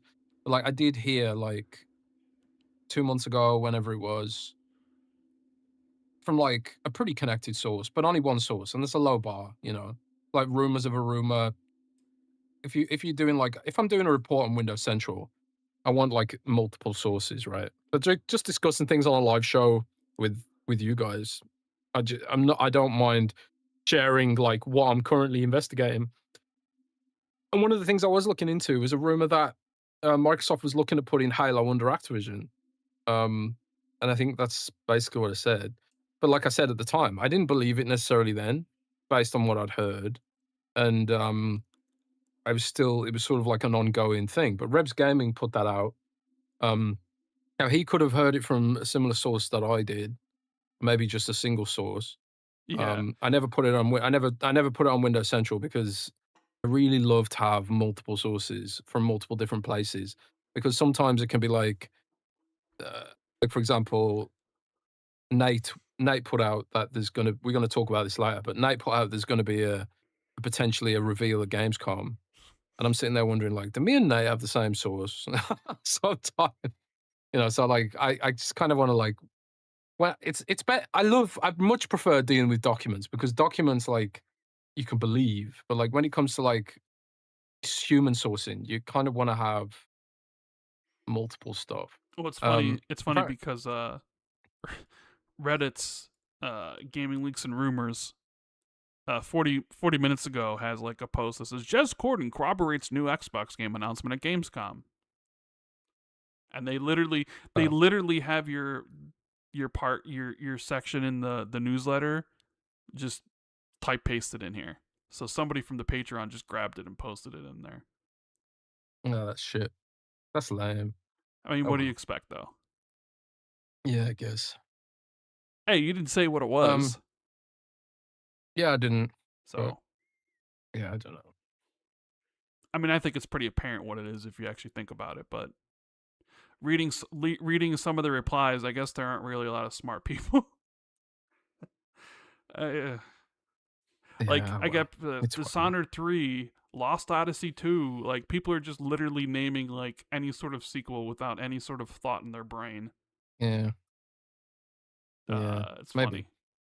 Some guy says has to be Wolfenstein. Like Xbox is gonna announce a Wolfenstein game at Gamescom, especially like a new Wolfenstein game. You know what I mean? Like Rise 2. I mean, Rise 2 is a good guess, but you know, Yeah. I'm like literally reading all the responses, and They hate me over there. That I know they subreddit. do, but they hate you. But then they post everything you say, which is hilarious. Yeah, it is hilarious. Oh well. Anyways, But um, this is the kind of annoying thing about like trying to be a journalist these days. It's like um people just like steal your shit, man. of course, It's really isn't that annoying. isn't that Google in general? I mean, doesn't the AI steal your shit? Yeah. You post something on your website or what have you, and people search for it, and it just Google gives an AI summary. I mean, that's what everything is. That people just steal shit. Like you'll do a great article about stuff, and then somebody will just take what you say and just post it without giving you credit on social media, so nobody has to click the website to go to it. It's just right there Yeah. for instant viewing. on the platform. It's just And because the mods hate me, they're letting it happen and stealing it. It's just really shit, man. Oh well, well, it's really lame. I guess you could make it a higher tier if you wanted to, which would weed out some people. Yeah, I might have to put it on a higher tier. I was hoping I could keep it cheap, but if people are gonna steal it, what can you do, right? I mean, it is only like what, $1? Yeah, it's literally $1. So You yeah, know. But either way, I forget what exactly were we talking about that led to this. We were talking about got Halo. sidetracked We were slightly. talking about Halo. Halo, That's right. right? We were talking about Halo Halo. and Rebs Yeah, Gaming. because Rebs had a bunch of stuff. He said that Xbox has supposedly reportedly explored having Activision and Sledgehammer Games develop a Halo multiplayer game, but it canceled a prototype and no game has been approved yet. Because he wrote all this out and kind of basically says he discussed a rumor that the next Halo game, codenamed Project Ecker, will be a multiplayer focused experience. Following a rumor that Microsoft explored an Activision-backed Halo multiplayer game with Sledgehammer, Rep says a source approached him and explained the proposal included Sledgehammer Games pitching in on development. Activision reportedly canceled the early prototype in July, but talks may continue. And like Insider Gaming has like a thing here where it says, it started last month when gaming journalist and insider Jez Corden said he heard a rumor that Microsoft might have Activision develop Halo games. A few weeks later, I spoke to a source who previously sent me a bunch of campaign evolved information that turned out 100% accurate. They told me that Microsoft is exploring a proposition to have Activision help develop Halo games, which includes having Sledgehammer Games help develop a Halo multiplayer game. They said that Activision started testing a prototype for a Halo pitch in June. Apparently, it was in the blockout phase, and only basic gameplay mechanics such as player movement were tested. However, I'm told they canceled it in early July. Canceling the pitch prototype does not mean Activision won't develop Halo games. According to my source, Microsoft is still exploring the proposition, but they have not greenlit anything yet. So I enjoyed Halo Infinite. I mean, they changed leadership. You have the new person there. I don't know what Microsoft's sales estimates or targets were for Halo Campaign Evolved. I mean, we talked the other week about how like it may have flopped on PlayStation, or like was the whole Project Latitude and going multi-platform worth it to sell like an extra 1 million copies on PlayStation, right? Was the damage of the brand worth it? And we've been discussing that. I don't know. It seems like we've been discussing that for like years at this point. But basically, that the like hard numbers like that, you look at and you're like, was this really worth it? Sure, it was worth it for Forza Horizon and Sea of Thieves and stuff, but is it really worth it for this? And then Rebs Gaming and other people out there talk about how actually there's no other Halo games in development. There's not Halo 2 remake's not in development, which we even wonder, is that even something fans even want at this point? Or is that what like Halo is? Like, oh, we're just gonna do Halo 1 remake and then next thing you're gonna get is Halo 2 and Halo 3. It's like, is that what people want? I don't know. That Battle Royale Tatanka that became like a became like a extraction shooter, then just became like a big team battle game that Certain Affinity had been working on for a long time. Canceled, so I don't know if they're working on anything anymore. And if they are, certainly years away at this point. The next proper Halo game, apparently not in development either, so you sort of look at it and be like, what's the future of Halo hold? And you just don't know. And then you sit there and you wonder, like, is Pierre Hines the right person to lead Halo? Like, yeah, he may have fixed Master Chief Collection, but does that necessarily mean he can manage the IP properly? Because I think the IP's been mismanaged horribly, and that includes like the TV show and all that sort of stuff. Like Halo's the only TV show that didn't even give a player boost. Like you literally have all these TV shows that come out or movies for games, and the next like, the Odyssey increased player count for Assassin's Creed Odyssey, and they're not even related outside of a name. They say a similar title, right? And you just wonder, but like, could the IP have been managed better? And if so, and if you feel like it could be, like, what are you going to do about it? Like, what is Ahsa and Matthew Ball? I mean, they literally came in here. Matthew Ball talked about this, right? Like, he mentioned Halo. Like, so what are we doing? You know, like we got that roadmap for the Bethesda game studios. We know that, hey, yeah, there's Fallout 76 content coming. Guess what? There's an Obsidian Fallout coming. There's a Fallout 3 and Fallout New Vegas remaster coming. We're also, working on Elder. Like they got like the roadmap for the Bethesda stuff, which people really seem to enjoy, even though some of the outlets were saying it was just a distraction from the uh, layoffs or whatever, right? But like, Mhm. okay, now people know what they're working on. And they seem to be pretty excited about it, and what have you. And it's like, it doesn't really seem like the excitement really extends to Halo in general. Like the Halo just campaign Evolve just came out, but it doesn't really seem like, I don't know, there's anything else afterwards. Like you even mentioned that you feel like Gears has supplanted Halo, at least in some ways, like one of the big Xbox Game Studio games, and we'll see what E-Day does. I mean, E-Day's beta's over, but it posted some pretty good numbers. I think Analina Analytics said like I think almost like 2 million people played it, and it broke series franchise numbers on PC because like Gears had never been big on PC. So like the beta, which you had to for the first week you had to pre-order to play it, broke all player count numbers on Steam, and then it went up even more Mm. with the open beta. So what does that say about E-Day coming in October? How big is it going to be? I don't know, but it's like, is it going to be How, bigger if than? you had to guess, what how high do you think? Do you think we'll have an announcement in the first couple of weeks where they're like, oh yeah, we've hit 5 million players or something? I mean, if they, The first month, maybe. well, if I remember, Doom: The Dark Ages, they announced the first week at 3 million. So, uh, you know, so I do think, and I want to say if I recall, I think I searched this recently. Like they did announce like Gears 3 did, I think it was like Gears 5 did 3 million in the first week back in 2019, or maybe it was 3 million the first month. So if any whatever numbers they do, which you would figure it would do better. I mean, I don't know, you figure it would, but then Gears 5 was on the Xbox, which has more consoles sold than Gears E-Day will with the Series X and S.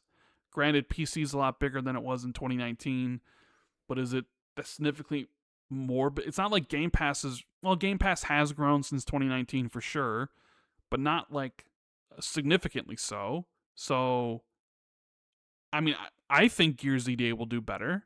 I don't know how quickly they announce numbers, but I mean, I don't think they've announced numbers for Halo Combat Campaign Evolved yet. And Yeah, but Gears is it's almost been a bigger. month. Gears is Gears is bigger than Halo. Gears is a It bigger, more important franchise than in Halo, your right? mind it is, but in reality it's not. I mean, I don't know. Like in 2026, I think Gears is bigger than Halo, bro. I I mean, think 2026 is the year Gears overtakes Halo in relevance. mm, Definitely. Definitely, bro. And potentially. you're gonna have to eat crow, and you're gonna have to apologize to me, bro. You're gonna have Yeah. to be like, Jez, you were right. Gears did always have more potential than Halo. You were right. You were right all along, Jez. No? No, no, No, I'm no. not. I'm not going to say that. I'm not going to say. I'm just thinking Uh, about the uh, uh, idea of Activision making a Halo game. Because like if So Activision Xbox, making a Halo game, I kind of feel like it's tough because, like you say, the Call of Duty machine demands an annual it release. does. If Do you have enough manpower to sidle some people into supporting a Halo game? Do you have to like pull in multiple support teams? Do you have to Well, pull I in like mean, certain Rev said it affinity? was be like a Halo multiplayer game, so they wouldn't be necessarily doing the campaign. It was like Halo multiplayer game, right? So is it going to So be Call of Duty Halo mode as part of like Call of Duty as a service platform? Like how Fortnite's got multiple different modes. There's a whole Sonic thing right now, right? I see. This is why like it's really important to have more than one source on this kind of reporting, because there are so many implications and so much confusion. And it's like, what are the when someone told me about this, I was like, okay, well, what are the implications here? you potentially disrupt Call of Duty, which has already like had a downturn year, and all those studios pull in the same direction on the Call of Duty machine. Is there a universe where they could even fit in a high quality Halo game? Or is it something where like they literally, I don't know, slap it on the Call of Duty engine in some kind of spin-off, like Halo ODST with Call of Duty-esque multiplayer, which is something I've always said they should do, honestly. I don't know if Halo fans will be very happy with that idea, but I honestly think that that'd rock. I think that'd rule. Because as someone who doesn't like Halo multiplayer, give me a Call of Duty style spin-off and I'll be there. But I also think like it's also, it feels to me on the surface of it to be a stretch, which is why like I desperately want more sources before I go and actually put a firm report on this, because it does seem like there's a lot of implications, aren't there? I think, and also it's probably a pretty huge, I don't know, an indictment of the slide of Halo, where they're having to leverage the expertise of other studios because they can't do it in the house anymore. I think Halo's cooked, man. I have no faith in that franchise whatsoever.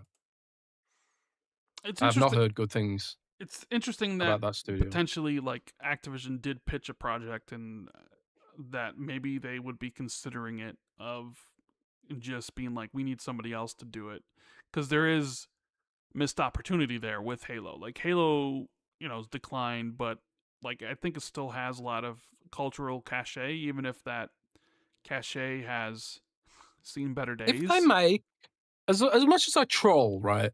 If they make a good Halo game, people will show up for it. It's easier said than done, but like the Halo fan base is there. They ain't going anywhere. They just want what they want, which is a good, hopefully in theory, a good Halo game. I don't know what that looks like in 2026.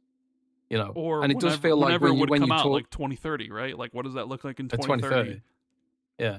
But like as like, and also like when you look at like Halo content creators and Halo commentary, it does feel like there are like different factions within the Sure. Halo community. Nobody hates which Halo have a more different, than Halo fans. Yep.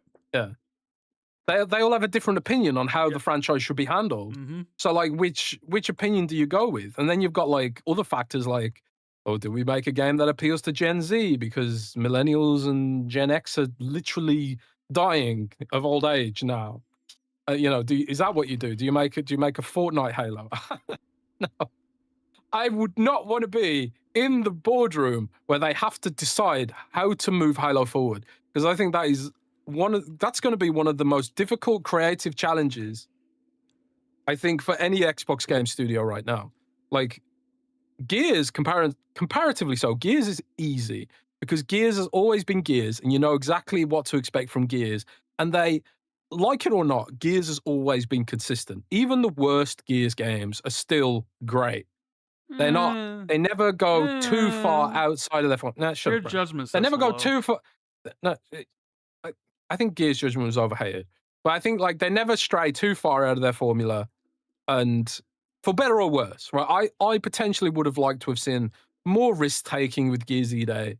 Like I had a source like who told me like, oh yeah, the melee system's like a lot more interesting now, and like yeah, I know. In my head, I was imagining like, oh, they've made the melee combat more dynamic, but really it's just like there's more canned scripted animations, where there's like multiple ways to execute. I mean, now, you are right. which Gears isn't like Gears, dynamic. But also that's like Gears is Gears, but that's also a problem with maybe expanding its audience, because the multiplayer for Gears is very hardcore. Like casuals are going to get in that and they're going to bounce off of that, and like, oh yeah, that's just whatever. Yeah. And then maybe that's why there's horde mode. Like you can just play horde mode like it's Helldivers or like any PvE thing. You can get in there and have a good time, and there's the campaign to play. It's like Gears sort of knows what it is, but it's always, even back in its heyday, it never could compare to Halo. Like it was basically like a Chihuahua to Halo's, Chihuahua. Like Gears was always like Chihuahua. Gears was a Chihuahua barking at Halo's like Rottweiler. That was the difference between the two. Chihuahua. Yeah. You don't call Gears a fucking war with a chainsaw. Lancer. You don't call Gears a Chihuahua. When you talk about like some sales and you respect. talk about cultural relevance back during the 360 era, yeah, Gears was a Rottweiler. Gears was a Chihuahua, and Halo was a Rottweiler. Okay, that's what it was. Halo's a Lego game. Halo is a French poodle with dyed pink hair. I mean, maybe now it is. Maybe now it is, which is why I'm like, okay, you know what? Why not let Activision do it? Why not let Sledgehammer Games, who's like my least favorite Halo, Call of Duty developer, like why not let them make it, right? Why not because we were all for the idea of id making one or another studio making Halo. So it's like, okay, yeah, sure. Activision knows what they're doing with live service stuff, even if like the latest Call of Duty was sort of a disaster. And like, you know what? I haven't really seen a lot of chatter about this year's Call of Duty. Jez, they better hope this is like a blip in the radar. Could you imagine if Modern Warfare 4 also doesn't do well? Like, I don't know if you've seen, I don't know how any of the sort of things are for you, but like, I haven't really seen a lot of people talk about Modern Warfare 4 at all, really. And maybe that's because the Grand Theft Auto's coming and it's kind of like the big game there. But I think Call of Duty is going to struggle this year as well. I mean, maybe the game's going to be really good. There's always that. Like, maybe the game comes out, maybe people get their hands on it, because I think the beta's coming soon, and they're like, oh my god, the multiplayer's great. It was returned to, and it scores very highly, and, people buy it. I mein, because that obviously not in Game Pass anymore, so anybody that wants to play it has to buy it. So I would imagine it's going to do better than last year's game. But I always sort of said with the last Call of Duty and how it bombed, I was like, they better hope this is a blip in the radar and not like the new normal. Because if this is the new normal, that's big time trouble. Because we've seen with the downturn of Candy Crush and Call of Duty how much that really affected Xbox's revenue.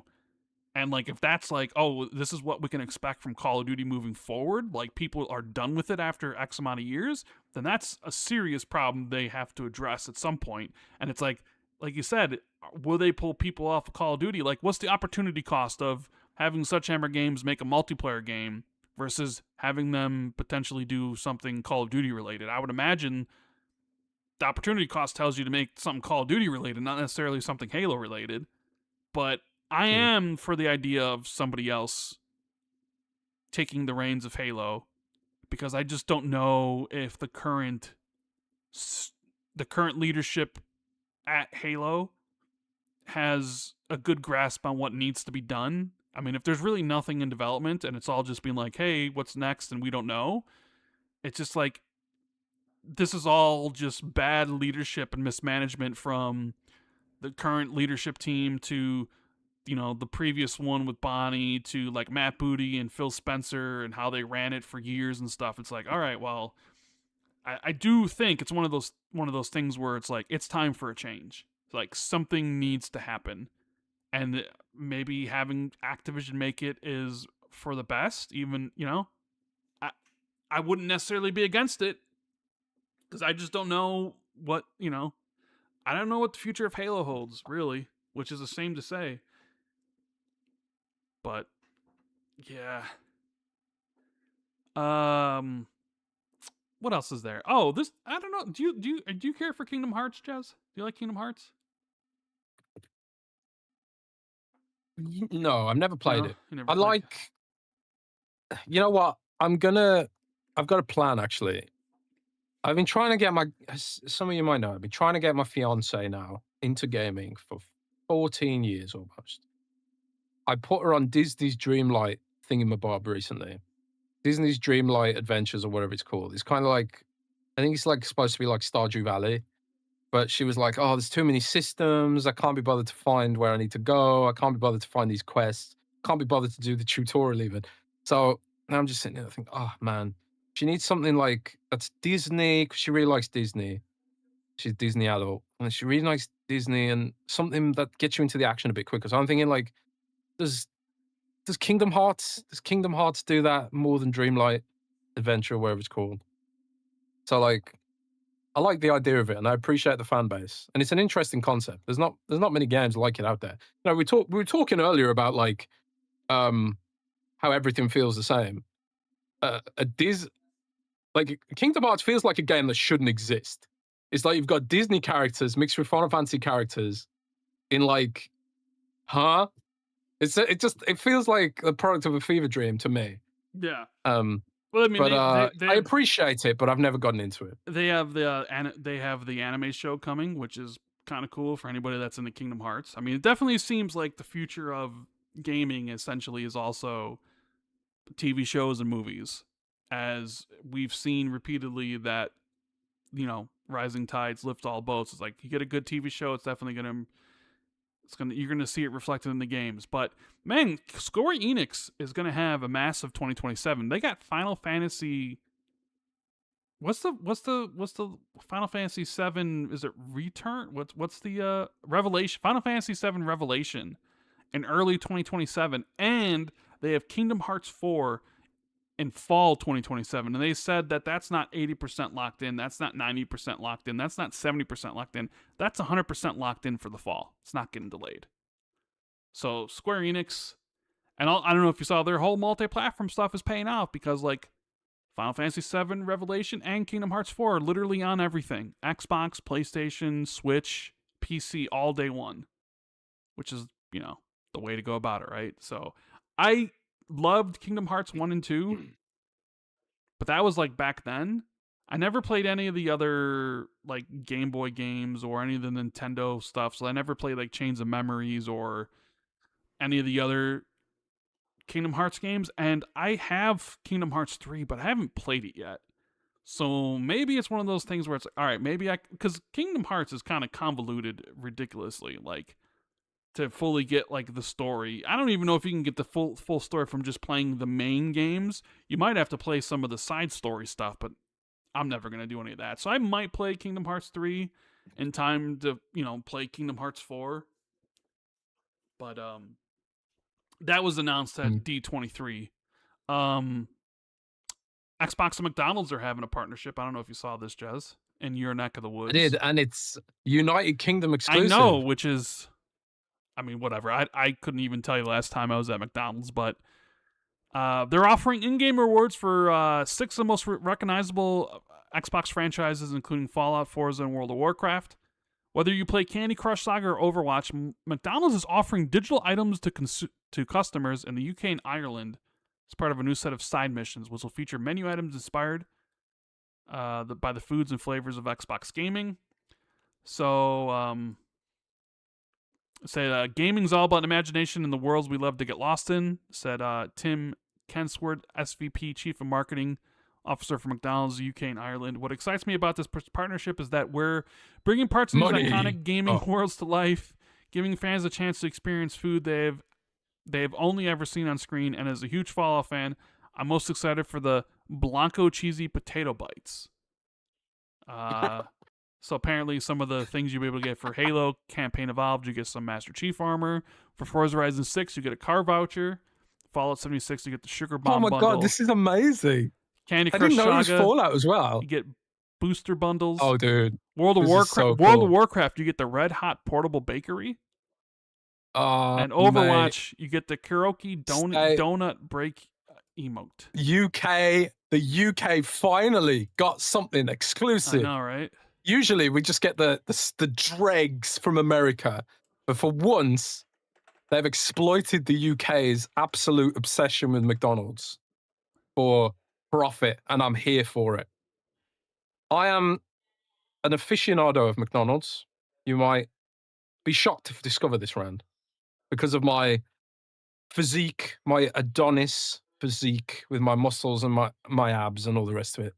But I am partial to a McDonald's every now and then. I'm sure you'll be shocked to know. So I will, just for you guys, I will be reviewing every single product that McDonald's puts out just for you guys on the show. Maybe I will do a video for it. Maybe I'll become a mukbang YouTuber. You know mukbang, Rand? You heard of that? Yes, I've heard of that. Where YouTubers that just eat shit on camera. Bro, yeah. like, I mean, why do we talk about Xbox when you become a YouTuber that eats shit on camera? You could have been someone who's been eating shit on camera. You could have been massive celebrity. That could be £800 by now. Yeah, that too. Massive with an M. Massive with an M. Yeah. Massive with a capital M.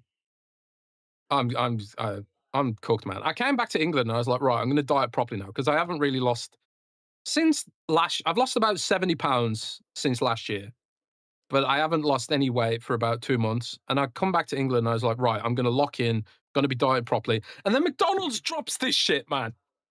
They have to drop this shit right now. What the fuck are they doing? What are they doing, They did it man? on purpose. You know, it's They did it on funny. purpose.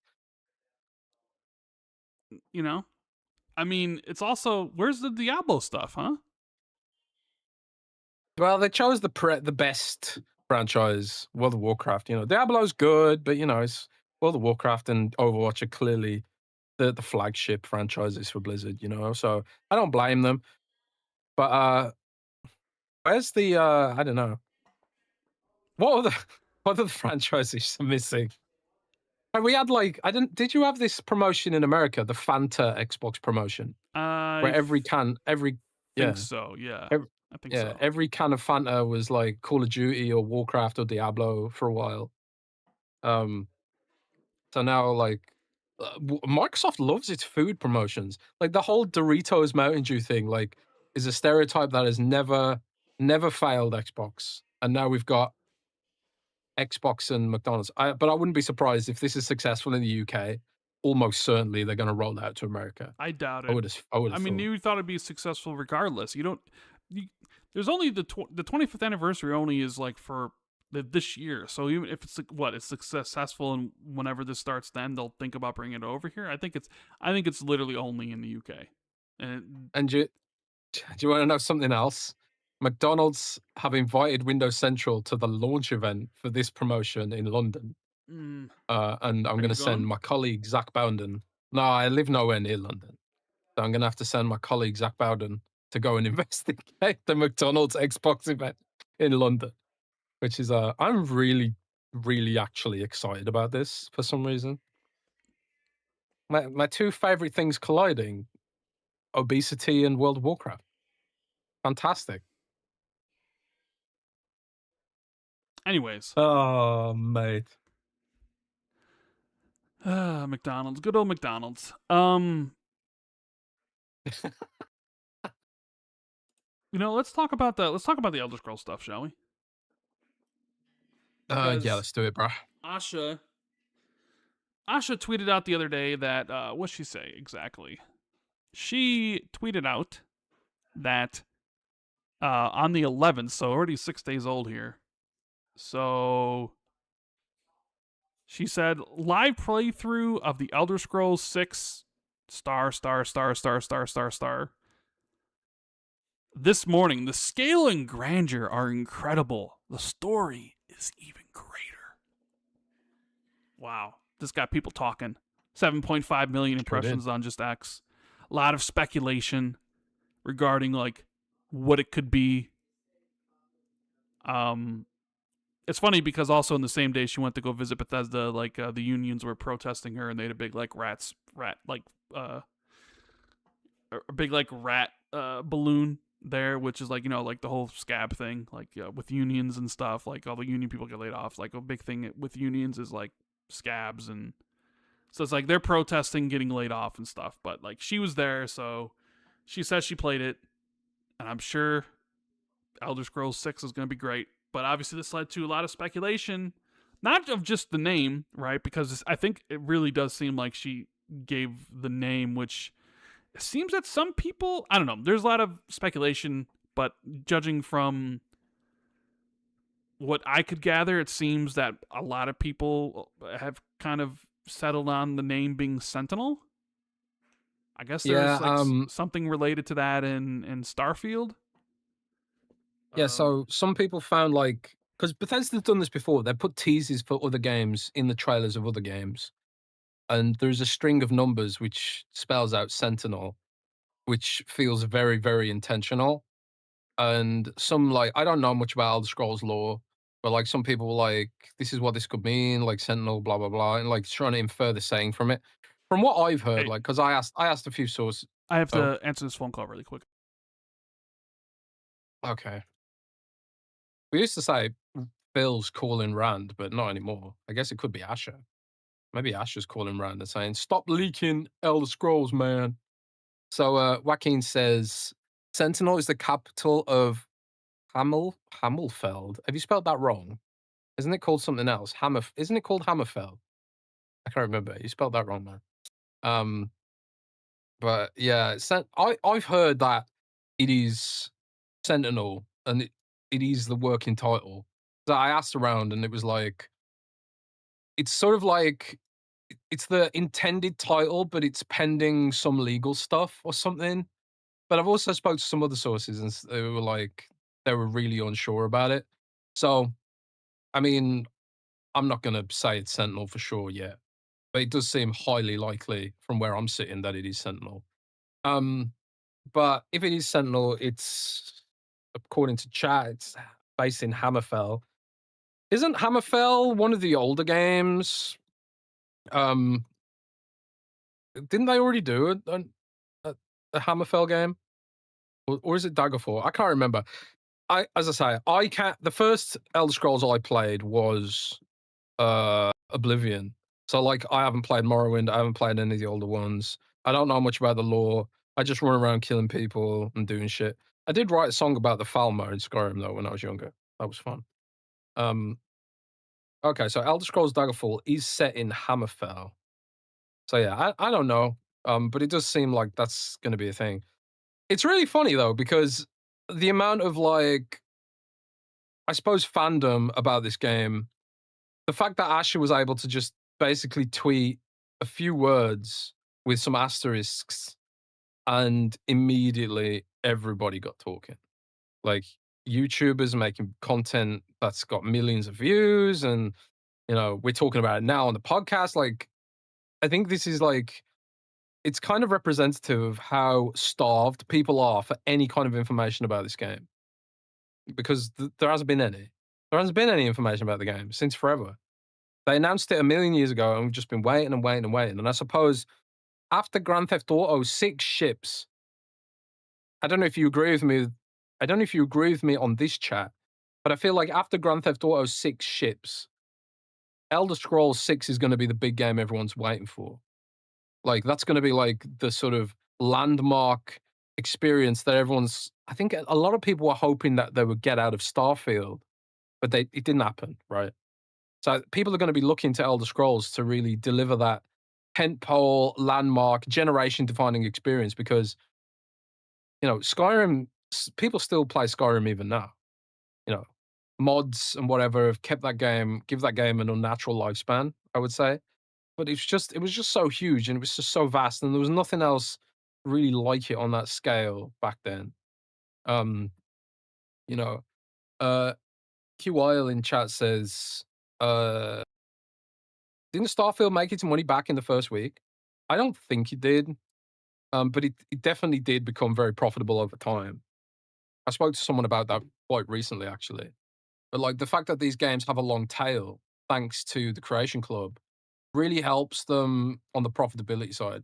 Like all these kind of mega games, which take decades to make and cost millions and hundreds of millions, maybe even billions of dollars, they all need some kind of ongoing monetization layer to justify the risk involved now. So like for Bethesda games, that's been Creation Club. For Grand Theft Auto, it's been the Shark Cards thing. Um, and then other games, they also have microtransactions and whatever. We know all that story. But it just kind of cracks me up how much hype there is for just a single sentence.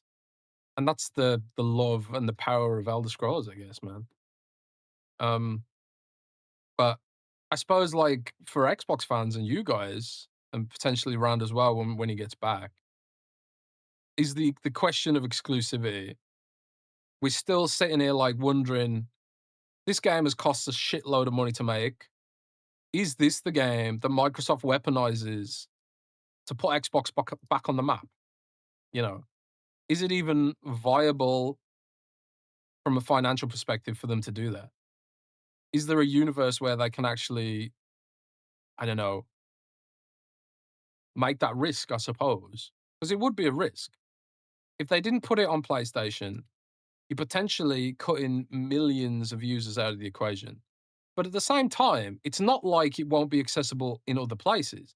If you really wanted to play it, you could play it on Xbox Cloud Gaming, or on a PC or something else, it's going to be available to play in more places than once, more places than Xbox Series S and X and Helix, I would presume, even if they did make it exclusive.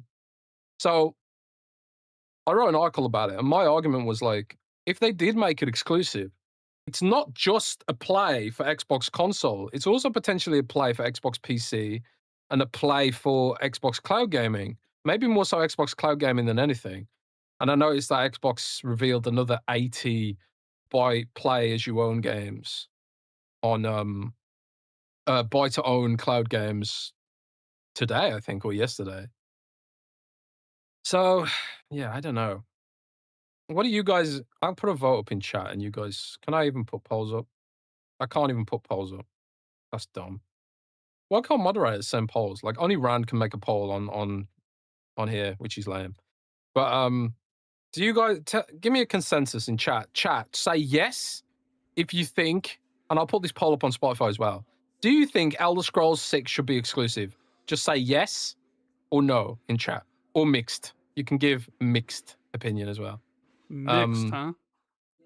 Yeah, mixed opinion. So I just talked through the whole thing, but like, I suppose like for Xbox fans, Rand, the big question is, should it be exclusive? It's a big risk potentially, but also a potentially big reward. Like most people in chat are spamming yes right now. So like, Rand, what do you Dude, think? Should it be exclusive? well, I mean, just circling back to, I'm sure what we were talking about. Like, I don't really necessarily care what the title of the Elder Scrolls thing is because like I'm not that big of an Elder Scrolls fan. So I do like seeing the speculation, like watching Maddie make a video about it. Like people that are really like, it's fun. I don't know what it is. Like I don't know why people like to watch like people that hate everything. Because I prefer to watch someone who like clearly loves what they're talking about. You know what I mean? It just, for me, it's like watching people that like, like someone who's like really big Elder Scrolls fan, kind of like get into their fandom and try to pick it apart was very interesting to me. But like otherwise, I don't really care what the name of the game is. Like Mr. May. Yeah, right. But like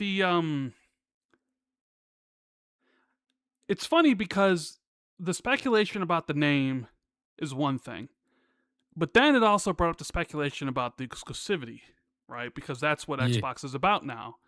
Is now that they've returned to exclusivity for signature titles, quote unquote, everything's up for potential of being exclusive.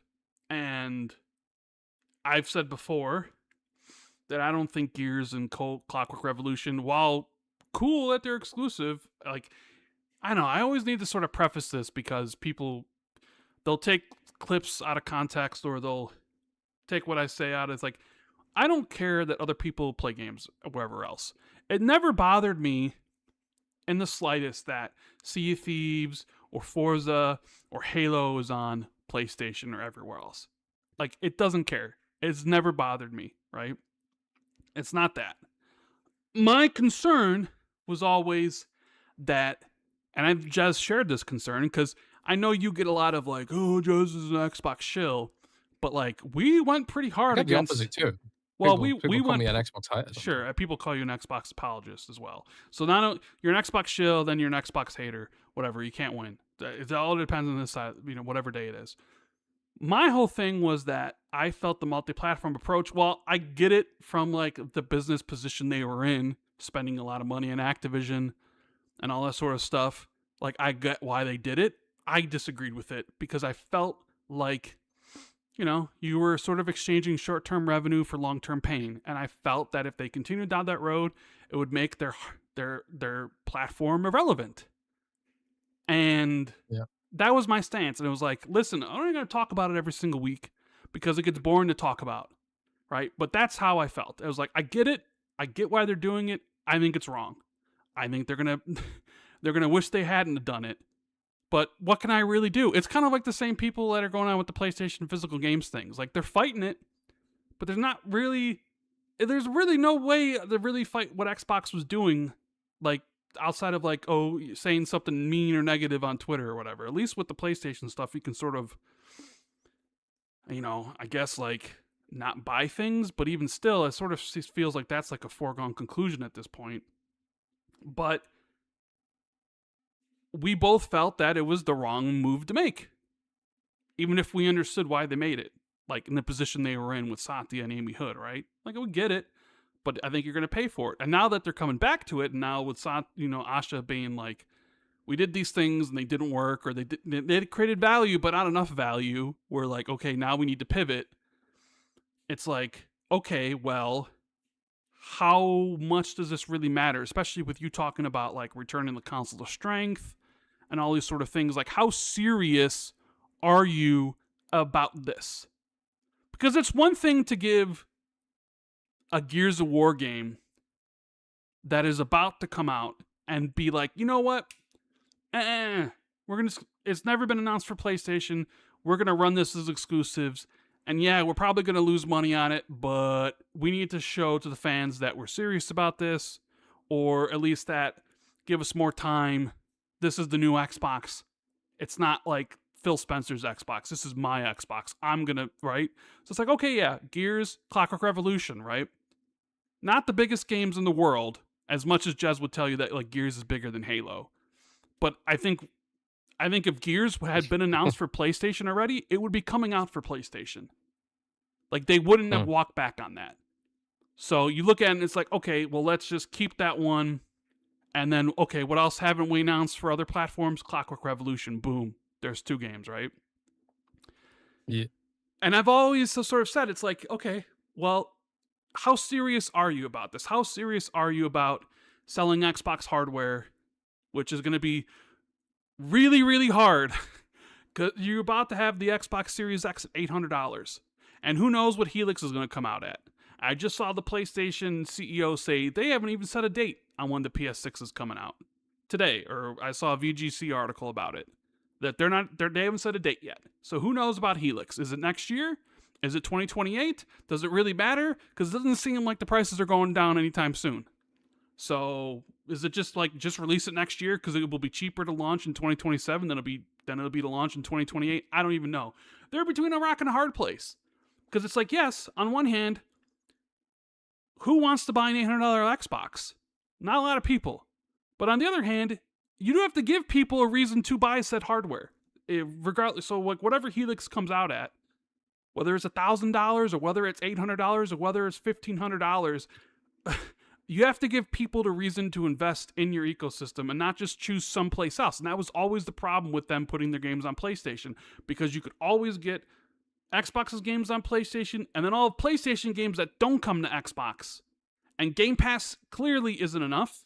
And I'm sorry, even though it's like really cool, I don't think Xbox Play Anywhere is enough. It's cool for the people already in the ecosystem, but I don't think it's actually going to bring in any new users. I don't know what will bring in any new users. I mean, exclusives has always sort of been that thing where like people join a platform because it has God of War, because it has Mario and all that sort of stuff, right? And then like the casuals sort of come later, which we've seen kind of with PlayStation, which is one of the reasons why they're doing what they're doing, because they feel like that they have all the casual audience that they can do this sort of stuff that it won't care, and their hardcore fans are just going to have to accept it, right?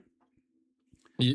So with all that to say about this with Elder Scrolls, is if you're serious about selling hardware, and if you're serious about driving people to you and your ecosystem, then yeah, Elder Scrolls has to be exclusive.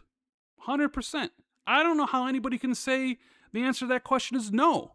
Like, I would get why somebody would say no if it was like, well, what's the best way we can make as much money as possible out of Elder Scrolls? But the answer to that question is clearly multi-platform. You need to sell everywhere. You need to sell it on PlayStation. You need to sell it on Switch 2 if you can.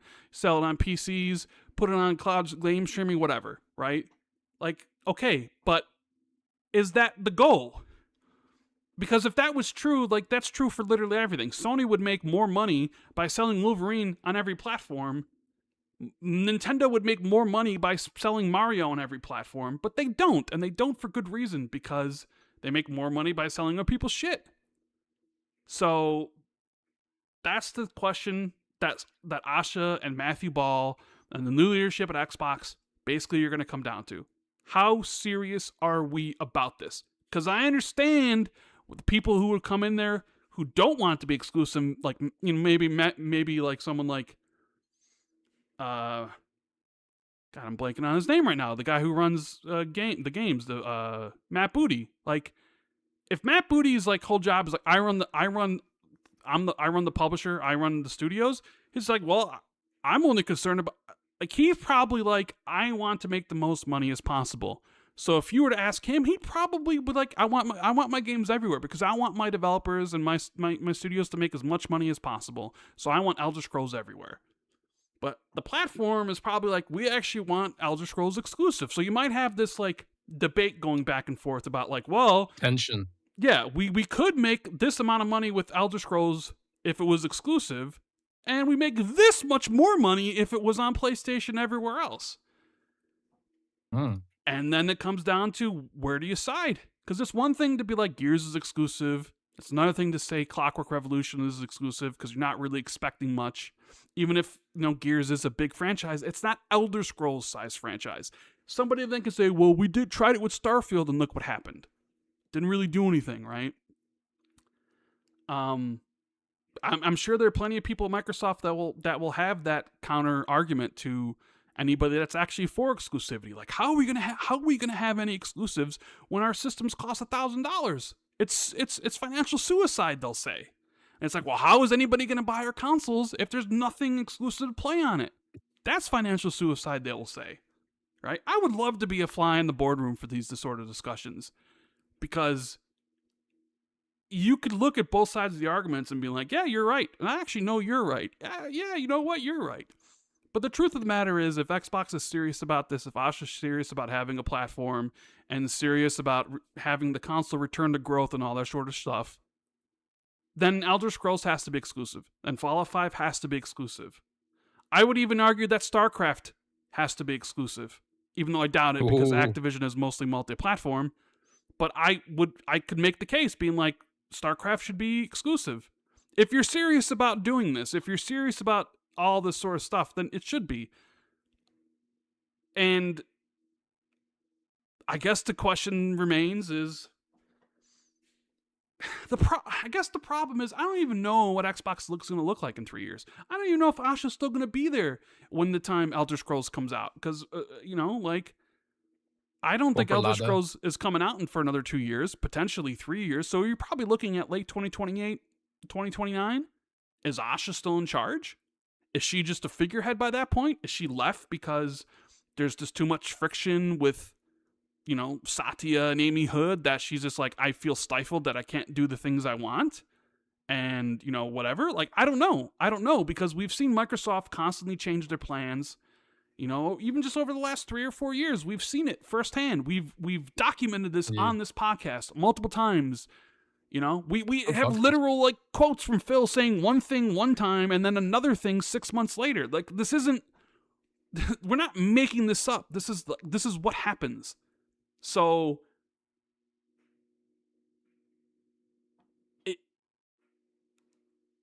I mean, I don't know what else to really say. We've talked about this before, and it only really comes back up because Elder Scrolls got this sort of name thing, and then people will be like, the exclusivity stuff. And it just so happens that, like, I see a lot of people upset about the possibility it might be. Like, nobody questions whether Wolverine is exclusive or not, or nobody questions the fact that Spider-Man was, or, like, nobody questions whether or not those platforms have their own exclusives, or even Steam when Steam has their own. But for whatever reason, and maybe it's their own fault for starting this in the first place, it's like the worst thing in the world if Xbox has their own exclusives. I sort of feel it's like that because a lot of the journalists don't want to cover the platform. And if they do cover the platform, they don't want to cover it positively. They'd rather stew in the negativity of, like, look at all the layoffs, look at all the studio closures, look at all this stuff. They'd rather talk about, like, the things Xbox are doing wrong rather than highlight some of the things that they're actually, you know, doing well. So to them, they want the games to be multi-platform because they just rather play it on their PlayStation, and then they never really have to talk about Xbox. They can be like, it's just another game to them. Like, I know for a fact this is what happens sometimes with certain, not everybody, of course, but I know this is a fucking fact. Like, there are people like this in the industry that are 100% like this. And so those people would want Elder Scrolls to be multi-platform. They want to be able to play it on their PlayStation or whatever. Because I mean, you're gonna play. I mean, I guess you could even make the argument like, should Elder Scrolls even be on PC?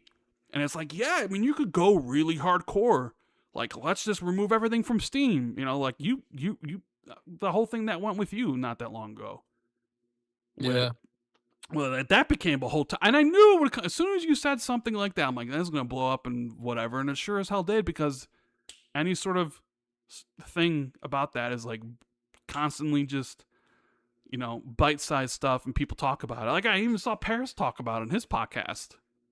It's like, wow, we even made it to that, Paris. I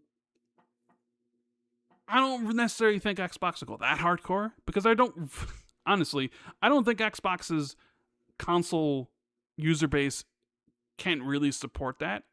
Sad to say, not with the numbers of consoles sold they have. So I feel like they need PC. I almost kind of feel like they need Steam. So there's that. But I do think you need to make as many exclusive games as you possibly can.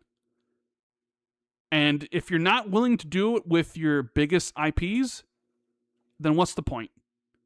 Because certainly Agreed. your smallest IPs ain't going to move the needle either. And if you don't do it with your biggest ones, and you only do it with these mid-tier small ones, then you really are just doing it for, like, a distraction.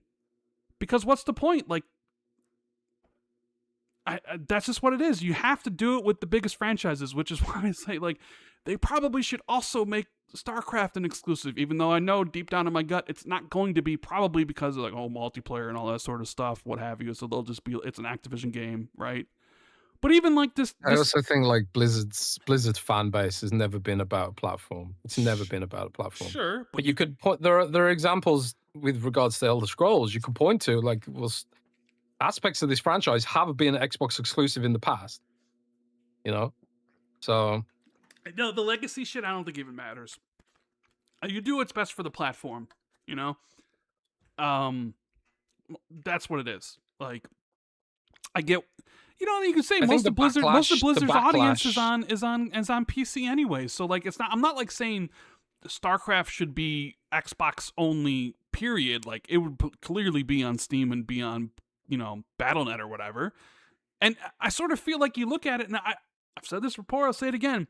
Xbox plus PC should be more than enough for you. You know, like, PlayStation has 95 million PlayStation 5s, and it's clearly enough for them.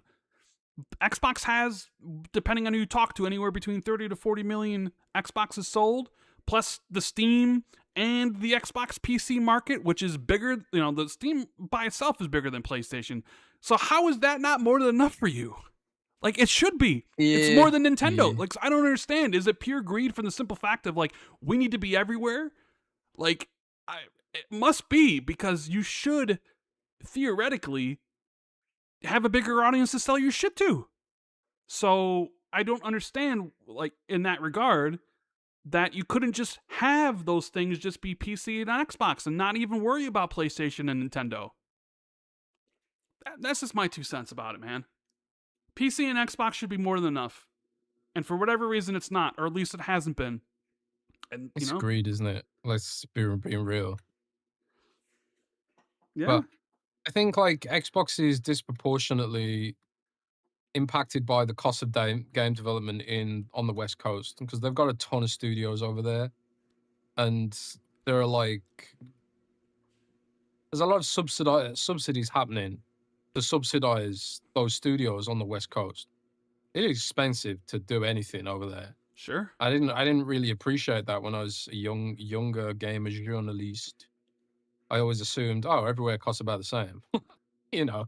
And now I'm older and wiser. It's like, oh boy, no, it absolutely, definitely does not. It's why, like, I remember some of the discourse that came out when it's like, you know, Expedition, when it came out about Expedition 33's budget or Chronos: A New Dawn's budget. It kind of reminds you that that quote from the first Iron Man movie.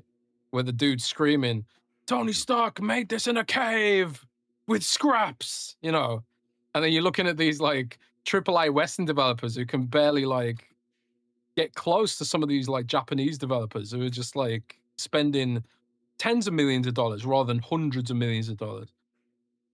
It's a weird, I suppose it's a weird time, but yeah, I don't know. Yeah. I agree that I would like to see it be exclusive because I think it's important for the long-term health of the platform. I don't think everything should be exclusive. I don't think StarCraft should be exclusive, for example. I don't I think can I multiplayer could games should be I exclusive could make either. an argument why it should, but I understand your position. Yeah. But yeah, I just think Elder Scrolls should be the place you plant your flag and being like, we are willing to invest in our own platform. Because that's what it is. It's an investment in the platform. Hmm. That's what Starfield should have been, you know, and that's what Gears is going to be. And that's what Clockwork Revolution is going to be. They're investments and bets in the platform, in theory, or are they, like you say, just distractions, Just being short-term like, hey, you know distractions? what? We'll just to satisfy the fans. Hey, you got Gears, you get Clockwork Revolution. We'll throw you another one. We're doing platinums, guys. Come on, aren't you excited and happy about all this stuff? We're doing it. We got signature exclusives. It's like, well, show me you're actually all about it. Then, show me you're all about it. Your biggest, like you can make. I know people make the argument like it's not going to change anything, and it's like, yeah, maybe it won't. You won't know until you try. And I'll tell you what, though, 100%, like Clockwork Revolution and Gears ain't gonna move the needle, not right now, but Fallout 5 and Elder Scrolls potentially could. You know, I mean, nothing's Yeah, guaranteed anymore, but they're like literally. You make an argument after GTA 6 comes out that like the next biggest, most anticipated game is Elder Scrolls 6 from anybody. Period. yeah, I said that while you were So on the phone. it's like that's your best chance, and then Fallout 5 would be, or even like the Obsidian Fallout game. You know, like there's Yeah. games you have coming that you know, and this isn't something that can just be solved with just one game or just in 1 year or whatever. This is like a multi-year sort of, and I've said that forever. Like it's something that it's going to take 5 to 10 years to you got to ship the perception problem. Xbox still has a perception problem, right? And maybe Yeah. maybe Sony's starting to get a little of it too now because of their thing with physical games. And now all of a sudden the first game that comes out is, you know, like, oh my god, like people hate Wolverine. Like, yeah, welcome to Xbox the last 10 years or whatever it's been. People have hated Xbox and their games since the 2013 reveal. They're still like hasn't recovered from, you know. And it's like, oh, Mm. well, it finally happened with that. Yeah.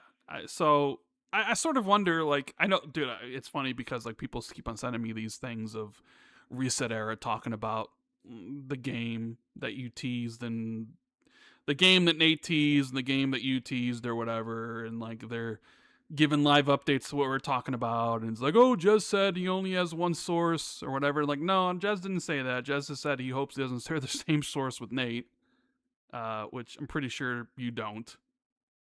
Yeah, I've got more than one I'm source, yeah, I but know you have more than one I just want to source, but I just also want to you. be The thing is, you don't know if you sure that do it's not the share the same same sources. source because sometimes there's a lot of different.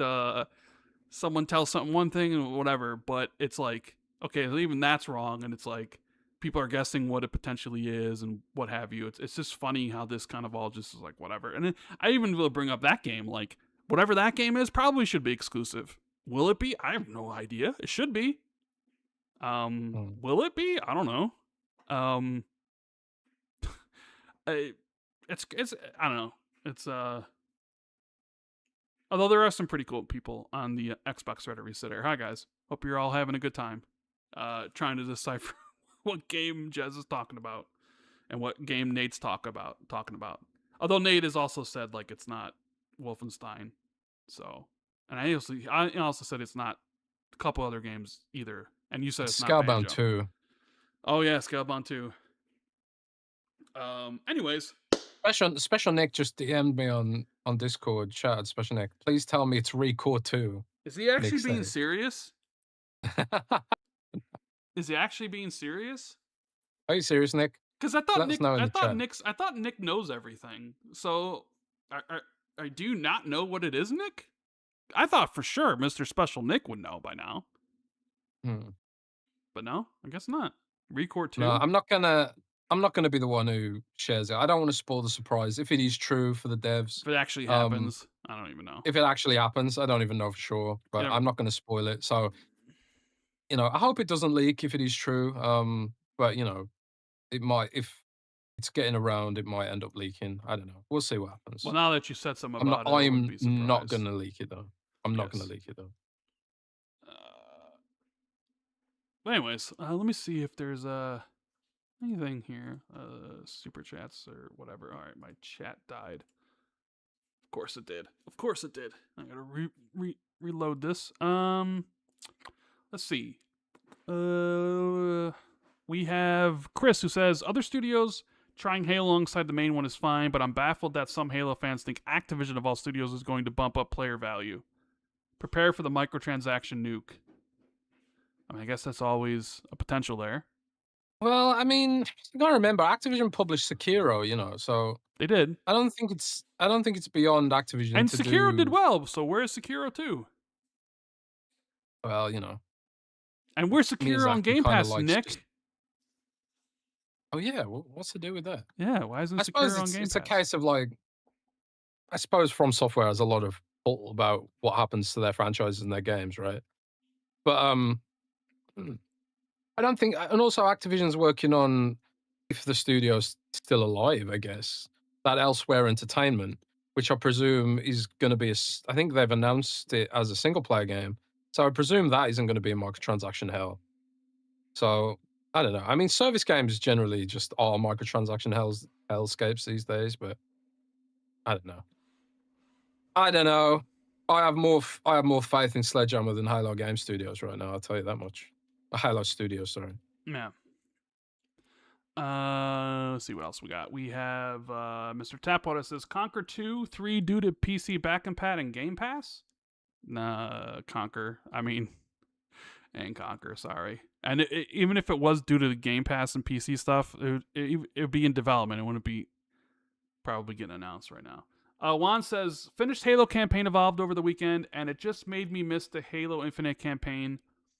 Is it really that hard for Halo Studios to reuse the assets and expand the story? Are they really that incompetent?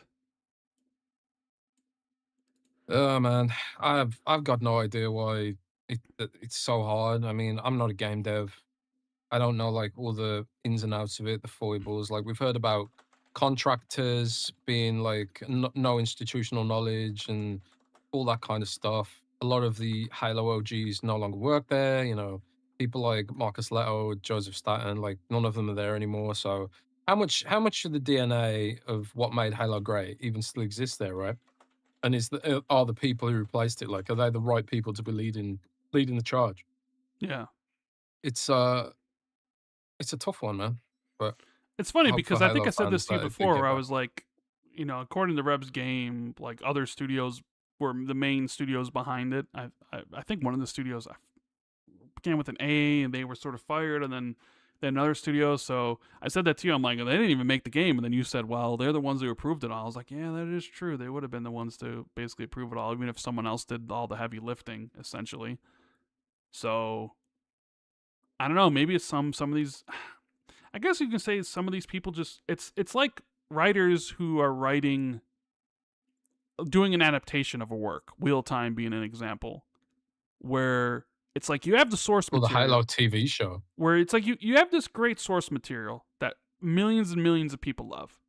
But for whatever reason, you just don't want to do a direct adaptation of that because you want to put your stamp and your mark on this thing. And then whatever you end up making pales in comparison to what's ever been made. And that's what happened with Wheel of Time. They try to change certain things, and it's like, oh, it's like we know better than Robert Jordan, the man who made the series, so we feel like it's better for this. And you've seen that with certain adaptations, and it's just like it never goes well. It never goes well because then you piss off the fans who are gonna watch it, and it's like, and most of the times it's not it's like the casuals won't care because then I don't know. It never goes well. So it's like, yeah, I understand people being like with Halo campaign evolved. Like there definitely seems to be like someone like me. I played it. I wasn't really interested in it. I was interested in the prequel stuff, and then the prequel stuff I felt was the weakest stuff in the game.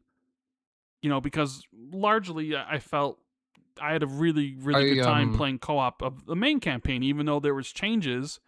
It didn't really bother me that much, but like the new stuff in there, like if I were to rate like the new stuff, I'd rate the new stuff like a 6. It just was it was all right.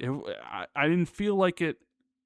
If that's like what like Halo should be moving forward, I'd be like, well, you need to find somebody else because like it's just not good enough, you know. And then especially then you play the campaign and you're like, yeah, it definitely isn't good enough. So yeah, everyone's gonna have a wide ranging opinions about Halo, for sure.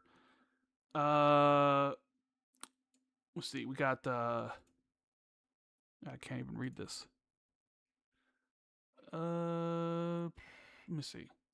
Got Pred who says hot take: nearly every studio should have a Halo project. I mean, that might be a little bit too much for every studio, but I wouldn't. I actually wouldn't be against like Coalition making a Halo game. Honestly, they seem to know what they're doing. Silas says, Rand, please explain Roblox and how it works and gets monetized. I remember you saying you watched and fund your nephew's Roblox addiction.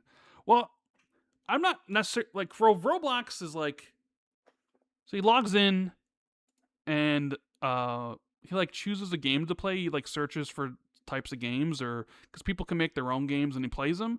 And then there's monetization within the game. Like you can buy things for your character or you can like I've only watched him play a few times, so I'm not really up to snuff on like the whole monetization strategy, but like you can spend a lot of real money really quickly.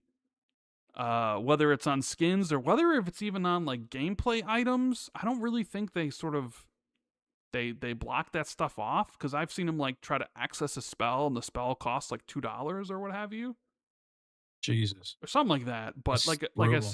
like I said, like I wasn't really paying that much attention to it. All I know is we'll send him $100 and that $100 will be gone in like an hour. You know what I mean?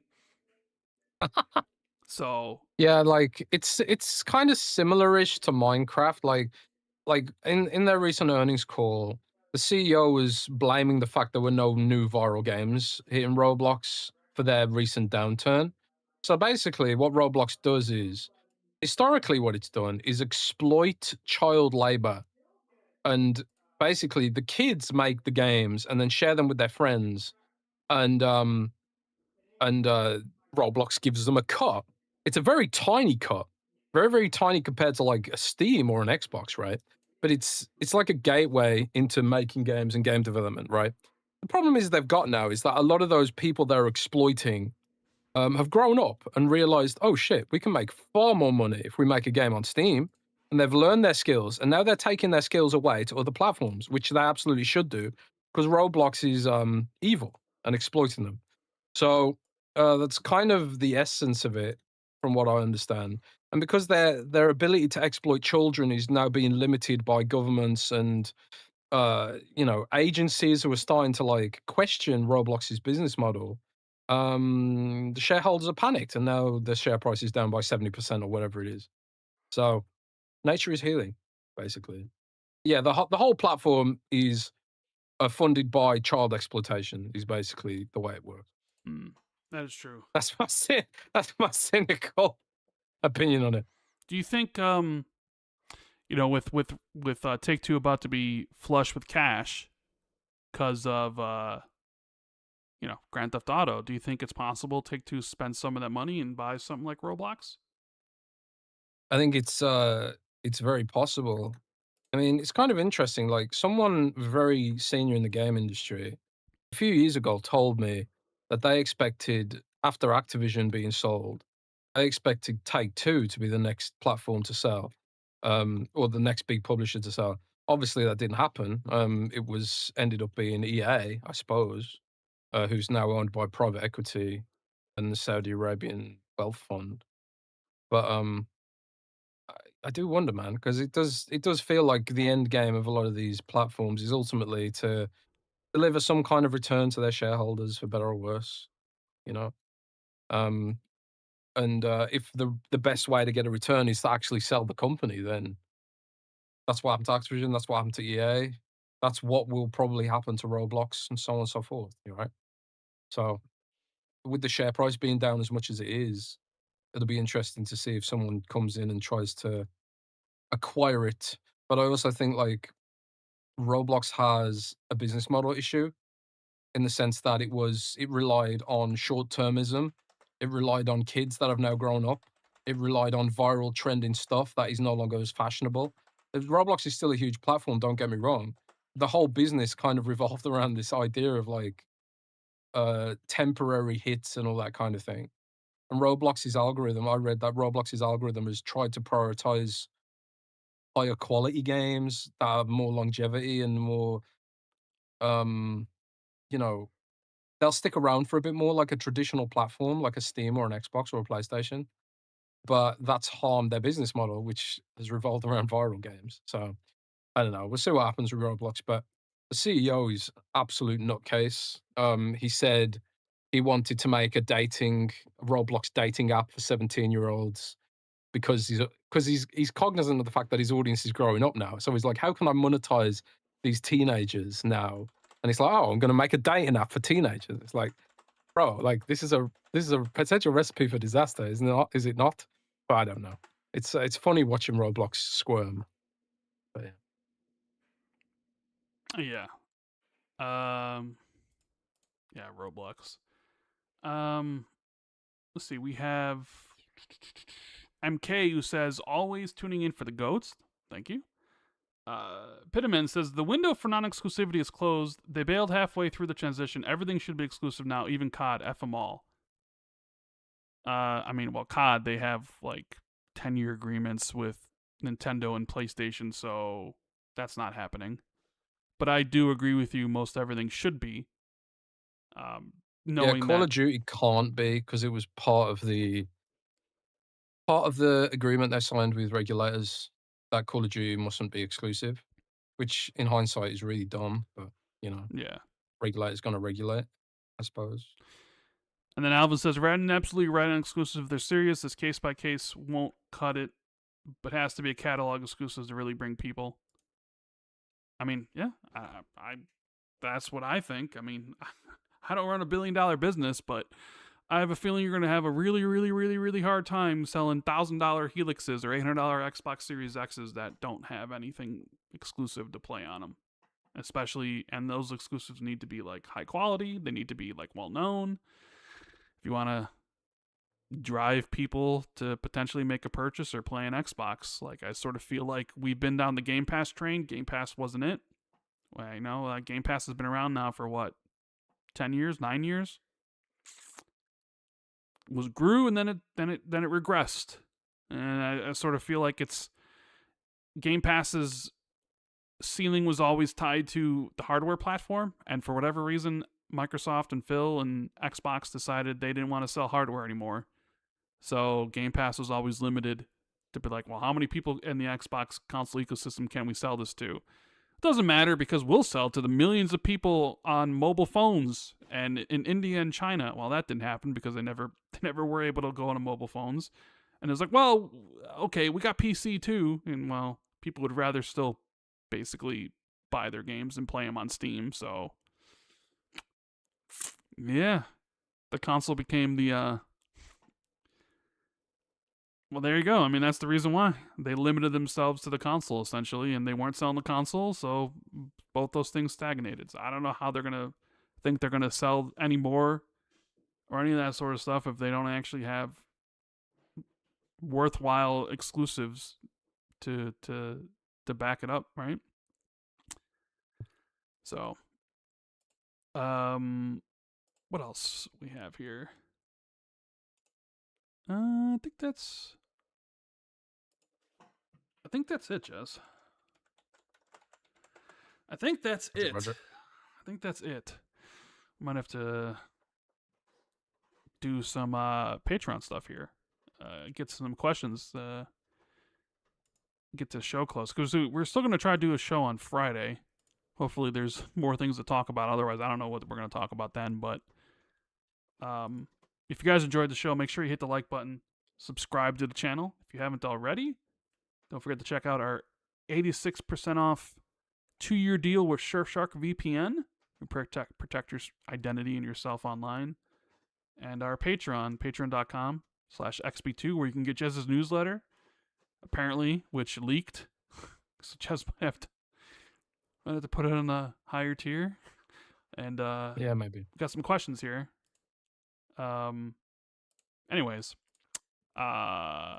let's take some questions from the Patreons. We got Frederick, who says, "What was the general strategy with the infamous everything is an Xbox? Was it to co-op with the bad console sales, or what is the start of something bigger, like the first step to not building hardware in the next generation? The moral of the hardware team must have been disastrous during that time." Yeah, I think the general strategy with the everything is an Xbox thing was for Xbox to try to tell people that you didn't need the hardware anymore, and if you were just someone who potentially was on PlayStation or on Switch, that you had other avenues to play those games, whether it was PC or whether it was your phone or whether it was streaming, and to let people know that, like, hey, this is a thing that works. Because how else are you supposed to advertise to people that you're more than a platform, essentially, that you were like everywhere? Advertising's still kind of the best way to go about it. And how would you say that stuff? Well, everything's an Xbox, even your fridge, right? And it was a very divisive ad, and apparently also very not well liked within Xbox themselves. So it's kind of funny that one of the first things Ahsa did that came in was basically just nix that ad, because I don't know, Jez. I know you also didn't like that ad like me. I was just kind of like, yeah, that's not happening, right? Anyways, for whatever reason, Jez isn't here. We got John. Says, "Hi, Rand and Jez. Have not missed a trick here to promote their new PC backwards compatible strategy with 4 games initially. You trot out Phil Spencer on stage insisting just 4 games for the PC backwards compatibility, echoing his misguided claims about Xbox's multi-platform strategy. Then Ahsa comes out contradicting him, insisting 4 games is just the start, and then announces a ton more, including the Transformers and Marvel Activision games. Crowd goes wild. What do you think?" Sorry about that. I'm back. So we got one here from John, Jez. He basically says he thinks there's a connection between Phil saying that the 4 games, it's just 4 games, and then like the back compat is just 4 games, and then it comes out like, oh, it's actually more than just 4 games. But I feel like that's just the plan regardless.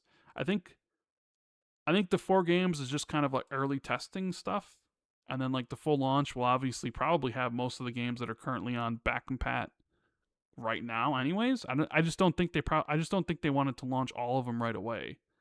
I think it's more like Yeah, gonna be a drip feed thing. I mean, I guess it would be funny, but I guess it's only funny to people who really know and remember the Phil Spencer 4 games thing. So yeah, I guess. Yeah. I think they probably don't want to dredge that up, to be honest. But I am curious when they're gonna start. We will start seeing more of these, because obviously the 4 games they picked are like they're kind of whatever. I've been more interested to see a game that has never really released on PC come to PC via back compat. Like, did Final Fantasy 13 ever come to PC? I don't think it did, off the top of my head. So I that don't could know. be a good one. I don't think it did off the top of my head, but there are definitely some games which are locked to console, and this is an opportunity for Microsoft to really showcase its ecosystem and be like, yeah, like use the Xbox PC app because it's got this feature, which I don't know if necessarily. I suppose they could put them on Steam, and you just, when you download the store listing, you download the whole emulator or GOG or something. Maybe it'd be a good thing to put on good old games instead, but I don't know. It'd be interesting to see the way they handle all that stuff. Yeah, we have let's see here. We have Silas who says, "Hello mates. One of my pet peeves about content creators, influencers, is they think their community isn't intelligent. It really amuses me when they implore their followers to support the devs or you need to buy this game if you want more games like this. When in reality, these morons reviewed said game from a code provided by the publisher. They didn't invest anything financially yet are asking their community to pay for the game and support them on Patreon. Do these allegedly grown-ass people realize the double standard or are they that disconnected from reality? I do appreciate the few content creators that have a policy that if they get a code, they purchase a copy and give it away to the community. I think some people feel like they're above the double standard. I mean, especially if you're out there being like, getting a game for free and then saying like, you need to support the devs or what have you. Some people are just that disconnected from reality. That's just the truth. For whatever reason, here's the thing, Silas. For whatever reason, doing like content creators, whether you're on YouTube or TikTok, and if you have any sort of modicum of success, it inflates your ego. Do you think like your shit doesn't stink? And that your opinion's really the only one that matters? Or your opinion's actually more important than the other person's opinion? Because you'll view it as, I got 80,000 subs, that person's only got 2,000, I'm better than them. It becomes like a sort of numbers thing. And you could say, well, there's no way people actually think like that. But trust me, they do. Oh yeah. Oh yeah. They do. Some people think that they're hot shit. And... But I mean, that's just sort of, I don't know. I mean, it's kind of even like status symbols where people had iPhones and people who didn't. The people that iPhones think they're better than the people that don't have them, right? Or like the really cool sneakers. Like it's really like all that stuff rolled. It's all that stuff, but in just this sort of influencer content creator space, right? Where people, you know, act like they're above it all, or they think that they're, you know, the double standard doesn't apply to them or what have you. But like, trust me, I've talked to many people, you know, whatever, and like, some of the shit that happens, like if you ask someone to come on or if you want to have a conversation with somebody and it's like, is it worth my time? What's your sub count? Like, how many views? How many live people? Oh, that's not enough. Like, that's small. Or, like, they think, like, well, I'm smarter than you because I have, you know, 10,000 more subs than you. And it's like that even matters in any sort of degree. Absolutely does not matter. I think, like, yeah, it speaks to someone's character when, if they get some Instagram numbers or YouTube or whatever else and changes their personality, it says something about them, right? But Yeah. Speaking of giving stuff away, What are you giving away? I'll probably give away some stuff on Xbox 2 Discord this week. Because Okay. did remind me. I actually found a use for Google Gemini recently. Because my company's got Gemini Pro. I have no idea why we're paying for that because it's mostly useless. So I hope the wasted money's worth it for them. But one use I did find for it recently, it was like I asked Gemini, find all the Xbox codes in my inbox. So it did. And I've got a bunch of Xbox codes that I didn't use before. So I'll be giving away all of those on Xbox 2 Discord.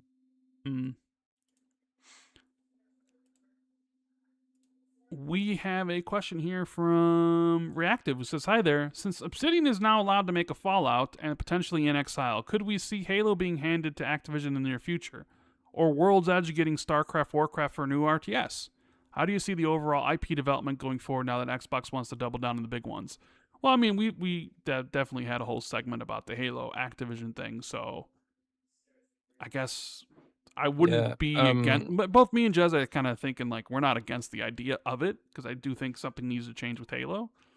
I also look, I don't care about StarCraft in the RTS form.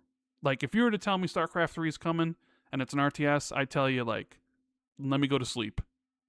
Right? I don't care. But it would be. I mean, I'm saying like it would be cool if World's Edge could like somehow do it, because I'm not sure Blizzard really can, because like we've talked about before, I think all the people that did RTSs no longer work at Blizzard. They made their own studios and didn't really, none of their games really blew up. So like if you really were gonna do, I don't know. I also sort of feel like if they wanted to do an actual like StarCraft 3 RTS, then Blizzard would handle it and outsource it and oversee it, and not World's Edge. But I don't know. I mean, I feel like you sort of have to do a StarCraft 3 at some point. Like maybe you start off with the StarCraft shooter and how well that does, and then like off of that you do like a StarCraft 3 sort of thing, you know?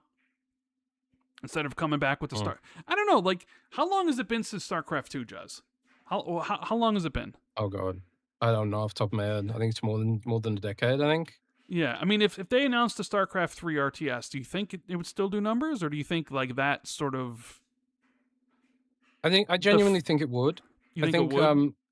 the thing is, it's like it would do RTS numbers. It wouldn't Yeah. do Activision Kotick numbers. And I think that's ultimately why like these games were shelved. It was because like they couldn't deliver the kind of numbers that Kotick shareholders wanted.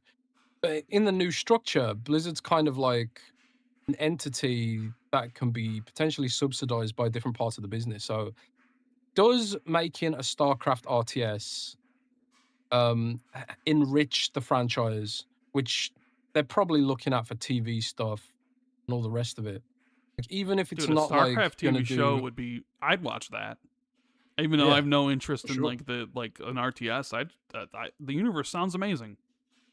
Yeah, exactly. So I do think like there is an audience for that. As long as it's like budgeted appropriately and the expectations are set appropriately, then I'll say this, that I've sort of like if you track Blizzard, um, and you sort of like follow what they've been doing over the last few years and who they've been hiring and that kind of stuff, I wouldn't be surprised if one day Blizzard returns to building RTSs in-house someday.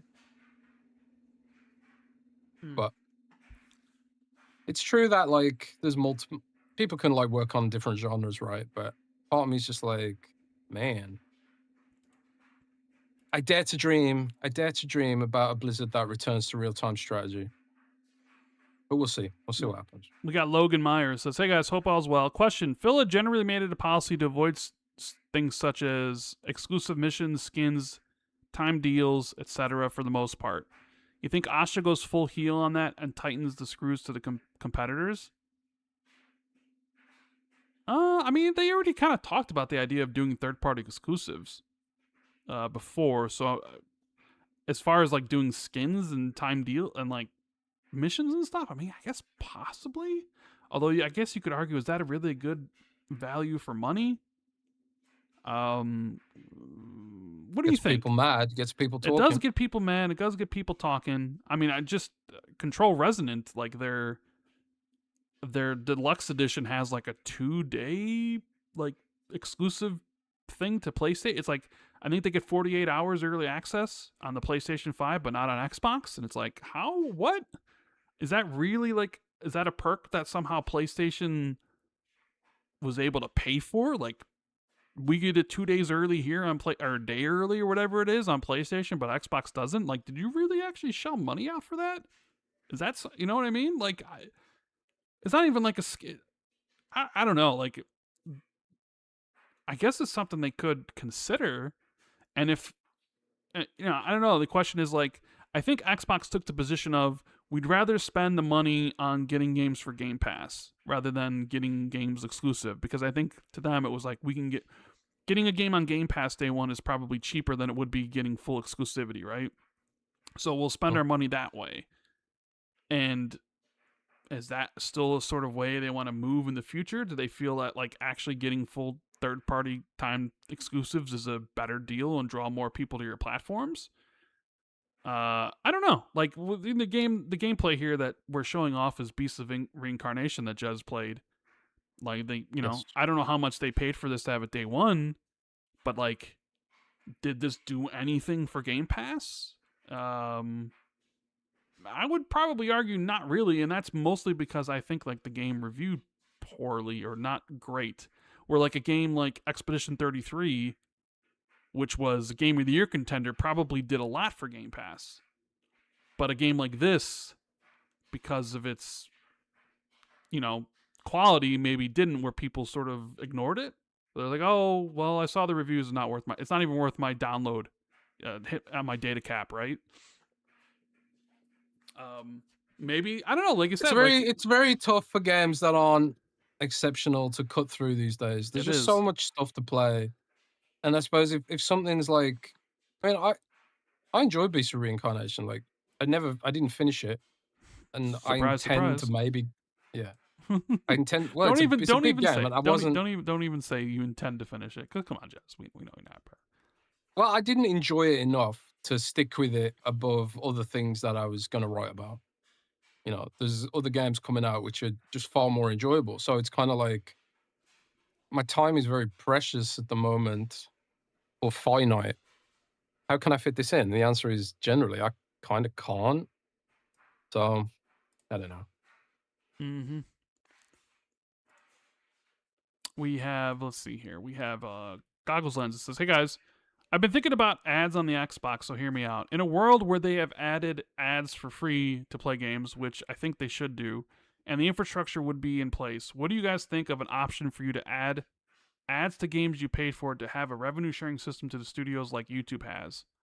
It would even be an incentive for studios to make Xbox ports. Maybe I'm just thinking about this for smaller studios when I replay a game and they make no revenue except for the initial sale. Or am I just overthinking this and Xbox Game Pass would be the thing studios use for recurring revenue? It reminds me of like the thing that Mike Ybarra said, where he said like there should be an option like to tip to developers after you bought the game or whatever and played it. You know what I'm talking about? Remember when he got roasted for that? I remember when that happened because I was like really into Monster Hunter World at the time. And I was loving Monster Hunter World so much that I was like, I would absolutely tip Capcom for this. And there is that meme about No Man's Sky where people are like, please, Sean Murray, let me give you money. Sure. Because he keeps dropping but free I mean, updates. but if you look at it, if a Capcom was thing, and like, so if Xbox had like a thing where you could tip developers, how much of that extra money would go to developers and not just go, well, Microsoft takes 30% because it's a store transaction, and then how much is Capcom actually taking, and then how much actually goes to developers who actually made the game, right?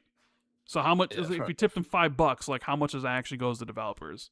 But it's like the whole thing is like you bought the game, you spent the $30. That's like your, like I paid for this. That's the tip. And it's like, I don't know, the idea of like it's a slippery slope, isn't it? Yeah, but once you start like where would you play ads during the playthrough? Like if you were to play Beast of Reincarnation and you're like initiate ads, would like an ad pop up in the the top right screen, like of the screen, just playing an ad as you're playing it, like side by side, like they do sometimes? Is that how it would go? Would it like, your hour's up, here's watch 5 minutes of ads, and then the revenue goes to Capcom? Like maybe I'm just sort of a miser, but like if I bought the game and I played, like sometimes I'll think to myself, I really like Marathon. I bought Marathon for $40, right? I bought Marathon. And I'm like, you know what? I really love this game. Maybe I should buy a skin for my triage. And then I looked at all the skins in the store and they were fucking awful. And I'm like, they don't deserve my money because they didn't make anything cool. You know? But it's like I paid for the game. Like if I paid for a game and I played it for 1 hour, I paid it for 1,000 hours. Like that's the money that they get. Like I don't know. Like the idea, I don't know. This all just goes back to tipping culture. Like everything is a tip now. Like you go to Starbucks and you be like, hey, I want my coffee, and then like the things are, how much you tipping? 20, 25, 30? It's like, what the hell? All you did was just make my coffee. Like that's your little job description. Like I understand something like DoorDash, where like someone might be driving all these miles to come deliver your thing. You want to give them a tip, being like, hey, thanks for picking this up. Rain. You know? But literally everything you do now, it's like everybody wants a tip for something. I don't know. I did think it was interesting. Like tipping culture in America is very different to Europe. Like we don't really tip in Europe, but especially not in restaurants and stuff. And in the World Cup, this caused a lot of consternation and confrontation. Like Europeans don't tip. It's like, oh, you're supposed to tip here, you know, kind of thing. Because people don't get paid a living wage for being a waiter or whatever in America. Apparently, is that true? The what? People don't get paid a living wage for being a waiter or whatever in the Yeah, United States. that's true. Like the whole thing is then like they get paid off of tips, which is why they really like a lot of the waitresses and stuff. Like that's their thing. Because for whatever reason, if you get tips are part of your stuff, like they don't have to pay you a lot of money. I don't know how it all works. I never had a job where tips were a part of it. So, but apparently, Did you never get when you're an electrician? Yes. Did nobody ever tip you for being an electrician? No, because it was like, well, why would they? Like we were contract hires. Like somebody would contract out to the company, and then we go there and do whatever, and then we do. Maybe they'd be whatever. like, "Oh wow, that was No. such good electricianing. I'm going to give this guy like $1,000 tip." Yeah. No. Sorry. Damn, poor Rand. I wish, but no. Shay Elephant says, "Hey, Rand and Jez, with the new backwards compatibility program, do you think Kinect can make a comeback via simple USB dongle for the Series consoles and Helix, which means Kinect games will finally be available for PC players for the first time ever?" Rand, I remember how you said how much you dislike Kinect, but just imagine how spectacular it will be to immerse yourself in the urban steel of Dance Central with Kinect and MetaQuest on the Xbox Helix. Yes, I despise Kinect. Kinect will never come back. I think there's a reason why they always did the back and pass stuff, and they said minus Kinect. It ain't gonna get it out of your head. Kinect ain't coming back. Okay, it's dead and buried. And you know what? I saw your tweet, Jez. I saw your tweet. You didn't think I was gonna bring this up? I saw your tweet. What tweet? About how like the Xbox One was the most maligned and overhated console in history. And I saw it. And guess what? Right. It's not hated enough. What? You love that console? No, I mean I like the console, but let's be honest. Like, well, there you go. Boom. Kinect, but no, I think the fact that Kinect was standard on that thing, fucking joke. No, it was great. It was just if it was 100, if it was cheaper, it would have been great. Yeah, and if it didn't have Kinect, it was the $100 bit that was the problem. It was the $100 bit. It was the fact that it was underpowered in comparison to PS4. The fact that Kinect was standard on it when nobody wanted it. And no, I'm gonna say like Xbox had better launch games, absolutely. But then the failure of the Xbox One, put them in the position of not really having any more games after that, and it took a long time for that to change. And then they bought those studios specifically for next generation, like. The Xbox One was. There you go. Overhated. No. Absolutely nothing I said was incorrect. Maybe a tad bit overhated, but then when I look at all the other consoles in history that I've been a part of, it's like the only one that's, even though Wii U was a disaster of epic proportions, I don't know if people really hated it because nobody bought the fucking thing to hate on it. They ignored it, which is even worse. And it's like, what else? I mean, the PS3 was a failure because they wanted to build a Blu-ray disc drive in it, and its launch games were craptacular. But then like they doubled down, and that's when like Sony's first party studios started getting going. I don't know, like I sort of feel like the Xbox One is that console, like because it was underpowered, it had Kinect. It was fine. And then like eventually like that's when the whole like the difference between 900p and 1080p is just it's a non-issue, man. No, I don't think it was underpowered. The thing was, it was an issue. It was an issue then. It was an issue because you could see the difference. Like you could see the difference between 900p and 1080p. You can't see the difference between 800p and 1750p. The same people who are mad about that are totally happy playing games at 720p on a Nintendo Switch. I think that was bullshit. I think it was a fake issue. It was fake news. It was overhated. No. I will die on that hill 1,000 times. I will die on the hill that Don Matrick was awful and that Kinect was a terrible decision and that they deserve all the hate they got. Don Matrick. No. Yes. No. It was great. It worked with my phone. It had snap mode. I could watch a wrestling while playing the game. Snap mode. Fantastic console. Right, you know what? I'm going to say it. It's the best console in history, bro. You don't even mean that. Console in history. Well, look, bro, if some people can grift pretending they hate something, I can grift pretending I love something. How about that? How about that, bro? The reverse grift, huh? the reverse grift. The I don't know how you'd say that backwards, but toxic positivity. Yeah, toxic positivity. I actually genuinely like love the console. Like, no lie. I had such a great time with that console, and I think a lot of the stuff that was bad about it was just overstated, in my opinion. I don't think it warranted the hate that it got. I had a blast with I that wouldn't console. necessarily say it warranted all the hate it got, but there's being Quantum more Break, expensive fantastic. and having Rise, pretty fantastic. awful. Titanfall, fantastic. Titanfall All was these great. games are just Sunset fantastic. Overdrive was great. Rise was pretty good, regardless of the fact that it's a fucking 60 Metacritic right now. Microsoft was right about the TV stuff. They were absolutely right. They're also 10 Proven years too now. early. Yeah, they're too early, but they were right. So were they right with the digital thing? 10 years too early, or 13 years? Yeah. 14 years? I mean, yeah. By the way, probably. where's Positron, Jess? What's going on? Where's Positron? Where's the digital? What is it now? A month? A month supposedly now, Jess? coming. A month now? Has it been a month? It's delayed a bit. Delayed a bit. Coming, I think. Delayed a bit. Delayed a bit, yeah. Do you think it's coming? Is this something they announced during Gamescom? At this point, is this like you just wait for a thing. Gamescom? I mean, they are doing streams. Do they not just do a news drop during Gamescom week and just be like, "Hey, it's available for Xbox Insiders" or something, and showcase it in one of their streams?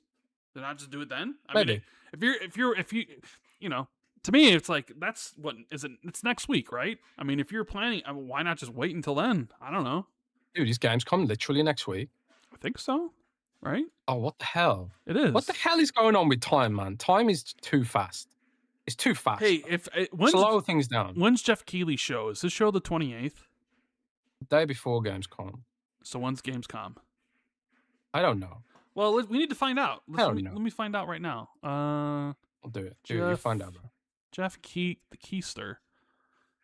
Okay, Gamescom opening night live is the 25th, which is a Tuesday. Good. Okay, so we can do our show on Friday because you know how he does like the Summer Games Fest thing on a Friday, so it's like you can't really do a podcast. We can't podcast because it's on the same time. Well, plus then you went to the thing anyways, regardless. But yeah, his is on a Tuesday. I'm not going this year though. Yeah, you're not going this year. Well, even if you were, it was on a Tuesday. But either way, we'll be able to do the show on a Friday.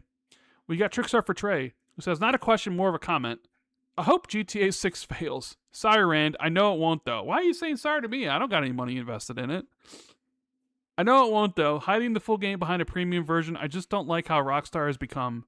And hearing about AI ads from the real world into the game, I thought one of the awesome things about GTA was the satirical ads that were in the game. You got AI well, I didn't hear about this. They got AI ads in the game? What's going on? I didn't hear about that AI thing. That's interesting. AI? I haven't heard anything about that. But I mean, GTA is not going to fail. It's too big to fail, essentially. I ain't paying $100 for it, bro. Okay, well then pay $80 for it. I ain't paying $8 for it, bro. Oh, well then don't. I mean, whatever. Get a review code. I'll get it. I don't think I'll get a review code, but I've never spoken to anyone at Rockstar ever. I don't think I've ever had a review code from Rockstar, but I will skip the game and play. What? Nothing else is coming out in November. Gears of War. You'll be done with Gears of War. Jez is gonna play Gears of War, and then he's gonna be like, "I stopped playing Gears of War, dude." No, actually, isn't Dawn of War coming out around the same time?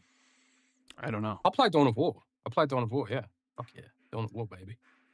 Pat You Rock. gonna play Dawn of War, Ran? I'm not gonna play Dawn of War, but I'm excited for you to play it. Pat Rock says Rich from Digital Foundry said that PlayStation cannot do a Positon style rollout because their discs are tied to batches, not individual licenses. So do you think Sony will try and block publishers from participating, calling for a forced parity? Say, for instance, since Sony owns a major stake in Kadokawa, they, behind closed doors, tell FromSoft they cannot grant digital licenses to their games on Xbox. I think they absolutely will do that because they do it already. They already tell developers like, oh, if you want to have multiplayer with Xbox, you've got to pay us a tax, all that kind of stuff. I think PlayStation absolutely would do that. That's absolutely in their wheelhouse to do anti-competitive shit that hurts gamers rather than, benefits the whole industry. So yeah, I think they absolutely would do it personally. Well, also, from what it sounds like, uh, publishers will obviously have control over whether or not their games can be digitized. I think, right? It's not just something that you put it in there and it automatically happens. And if somebody doesn't want their game to be digitized, like an EA, or in this regard, somebody I that mean, they may just be like, there actually is no. Or wasn't there also a thing where the developers could charge for it? Like if you want to digitize this disc, it'll cost $10. yeah. So So there's also a thing where some developers might not even want this to happen because they don't want people playing old games. They want people playing new stuff. I don't think You it'll know, change. like you I don't see. think it'll change consumer habits regardless. So I don't think there's a worry with No, that. I mean, I'm not saying it would, but they might perceive that it would. Like how they delisted Angry Birds Classic, for example, because the modern ones monetize better. I do wonder, like, yeah, they're having discussions about Black Ops 1 and 2, because obviously Black Ops 1 and 2, while people, did have to buy them again, they don't have as much microtransaction bullshit as the new Call of Duty.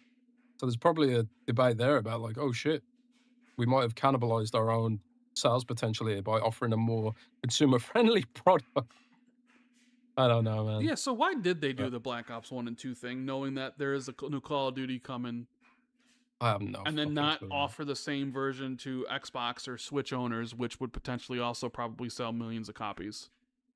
I've got no idea. The only thing I can surmise is Xbox is probably like, oh well, the backwards compatible version will get the Xbox version.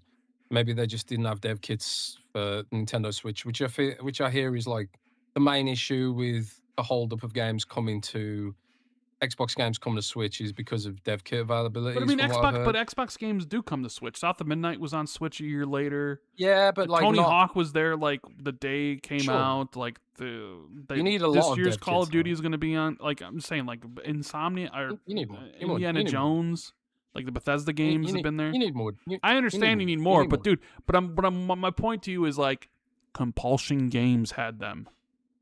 So Yeah, but did Iron Galaxy did they have them? I suppose. Iron Galaxy is the one who did the ports. Okay. I believe so, if I'm not misremembering. I think Iron Galaxy did the Black Ops stuff. So maybe they don't have dev kits. Maybe they don't even have Xbox dev kits. Yeah, you're right. I'm sure they do because they did Killer Instinct stuff. But I did hear that Xbox dev kits are in short supply right now. There's like a backlog for indie developers trying to get dev kits. Because And of the obviously memory problems, memory issues. memory stuff. You guessed it. Sam Altman has destroyed gaming. He's gonna destroy And the for world. For what, bro? I don't know. For nothing. Memes like the video Gaz posted of. Did you see that? Did you see the AI video Gaz posted? I did not know. Yeah, well, you need to watch it. Do I? He's got me jumping into a swimming pool. He did like a Xbox community version of Chord's Got the Life video. It's pretty funny. Okay. But I'm surprised he didn't get blasted for copyright infringement.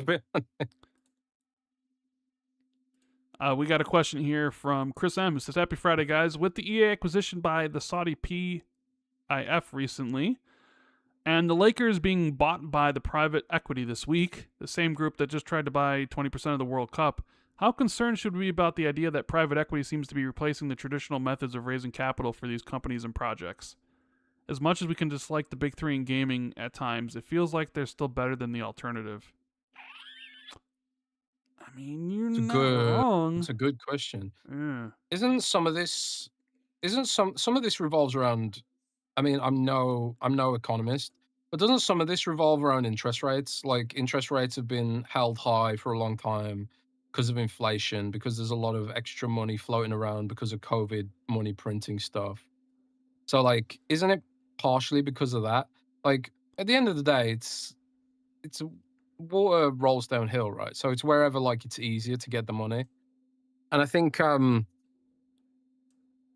suppose because of gaming having a bit of a downturn, maybe they see it as an easy win for like a future where maybe gaming has an upturn again, and then maybe, but Satya himself said, Satya goes, I'm long on gaming. Why are you long on gaming? Do these guys know something we don't? Do they think like because of climate change, eventually we'll all have to just stay indoors 24/7, hugging a air conditioning unit, and then in that future where outside is too inhospitable, then we'll all have to play video games all day. I'm getting a bit sci-fi here, but do you get my point? It does feel like there is this long-term view that gaming could rebound and that people are investing now while it's quote unquote cheaper. But I do agree, like I just hope that I don't know.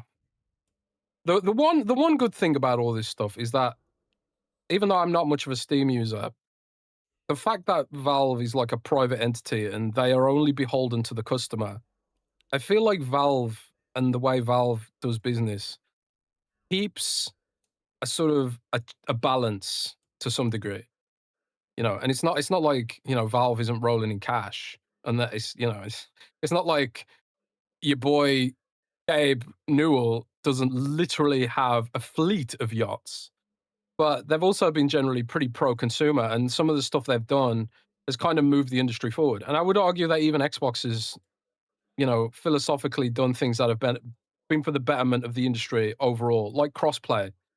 Crossplay was 100% being pushed for by, Xbox, Steam, and Epic Games, and and you've got like PlayStation who doesn't want it and literally taxes its developers because they want to lock people in, and you've got Apple who like, I read a report yesterday that Apple's looking to tax app developers 15% if they use an outside payment system. So it's like uh, greed will probably win usually, but it does seem like, at least for gaming, as long as Steam's around, there's a lot of competition in gaming, I think, and it keeps some semblance of checks and balances in place. But I don't know. Mm, We'll see how it goes, man. okay. We have Jake Pandyman. Crypto in chat says that is the weather in Dubai. The people who bought EA. So there you go. Okay. They're the people in Dubai bought gaming stuff because they know that in the future it's going to be 60 degrees Celsius in Dubai and it will be completely unlivable. So there you go. All right. We have Oh, Pandyman that's that says, depressing. "Hey guys, hope you're doing well. Started to play Bioshock Infinite. Game still looks and plays Oh, great. interesting. I see they were supposed to come out with the game Judas a couple years ago. Do you know what happened to this game? Thanks. Still in development. Still in development. Will it ever come out? That's I guess crazy. that's the question. Yeah, but it was supposed How to. how much money have they going to have spent on that? I It's don't got to be know. hundreds of millions of dollars, right? Probably quite a bit. I mean, we talk about a series that, God, was fumbled. Bioshock's got to be one of the ones at the top of the list. Granted, you probably didn't necessarily need more Bioshock. Like, they told a complete story in between, like, Bioshock 2 and 3, or Bioshock 1, Bioshock 2, Bioshock Infinite, and, like, the DLC. So it's not like you necessarily needed. You It's not like a you could gear. kind It's of not. say that It's about the Ezio trilogy. sure. You did. It's not like it's Gear 6 thing where like you'll be forever wondering how the how that shit wrapped up. Told a complete Oh story, man. but like considering how popular BioShock was, it's also very like how hasn't there been a second one, and or a third one or fourth one rather. And I think 2K was making it, but they ran into a whole bunch of problems. And who knows if that game was ever gonna? I think it's supposed to be like in Antarctica or something. I remember hearing about it.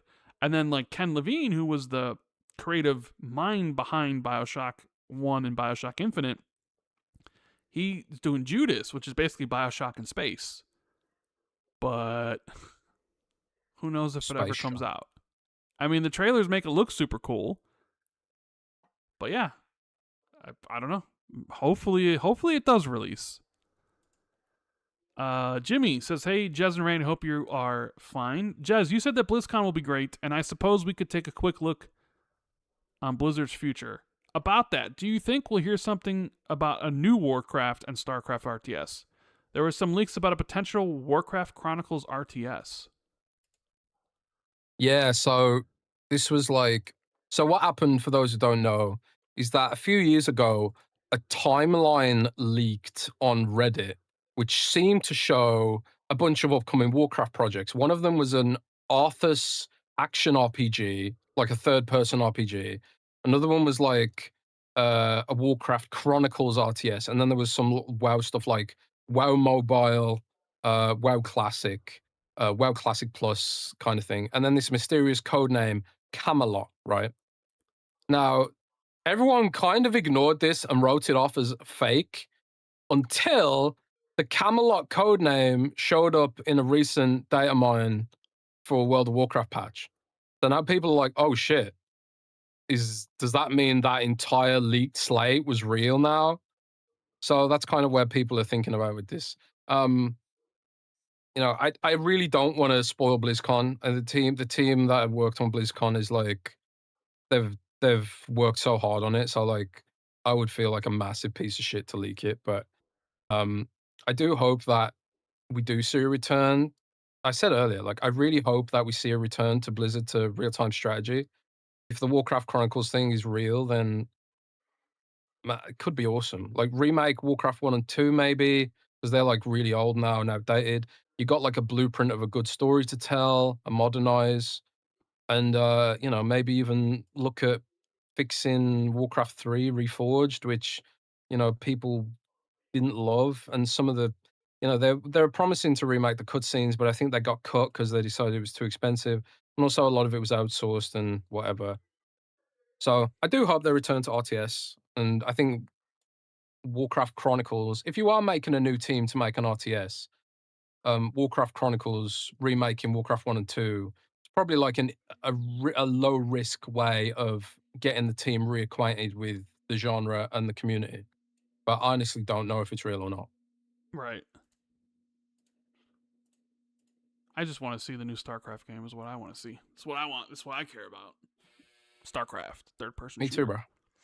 Mr. Tapwater says, Kinect gets a lot of love at the Xbox game preservation. I'm sure it does. I'm sure there's a lot of people that would love Kinect games and all that sort of stuff to be back compat. Because, I mean, there are a bunch of games on there. And, Do you want to... I actually have a Kinect story from this week. A Kinect story? A Kinect story. Well, a Kinect anecdote, if you will. Okay. What is it? I recently flew... I'm visiting family in England. And when I visit family in England, I fly to Birmingham Airport. Birmingham Airport has a bunch of Kinects in it in England. Okay. And I do not know what they're used for. I think they might be used for CCTV or something. But yeah, Birmingham Airport's got a bunch of Kinects. If you look up at the roof, sometimes there'll be a random Kinect there. So there you go. I don't know if they're plugged in or not, but yeah. Kinect survives in Birmingham. Kinect survives, just not as a gaming device. Yeah. I'm trying to look to see if I covered everything that I wrote down. Yeah, I think we've talked about everything we were scheduled to talk about, or unless we wanted to talk about. I mean, unless you had anything, did I miss anything?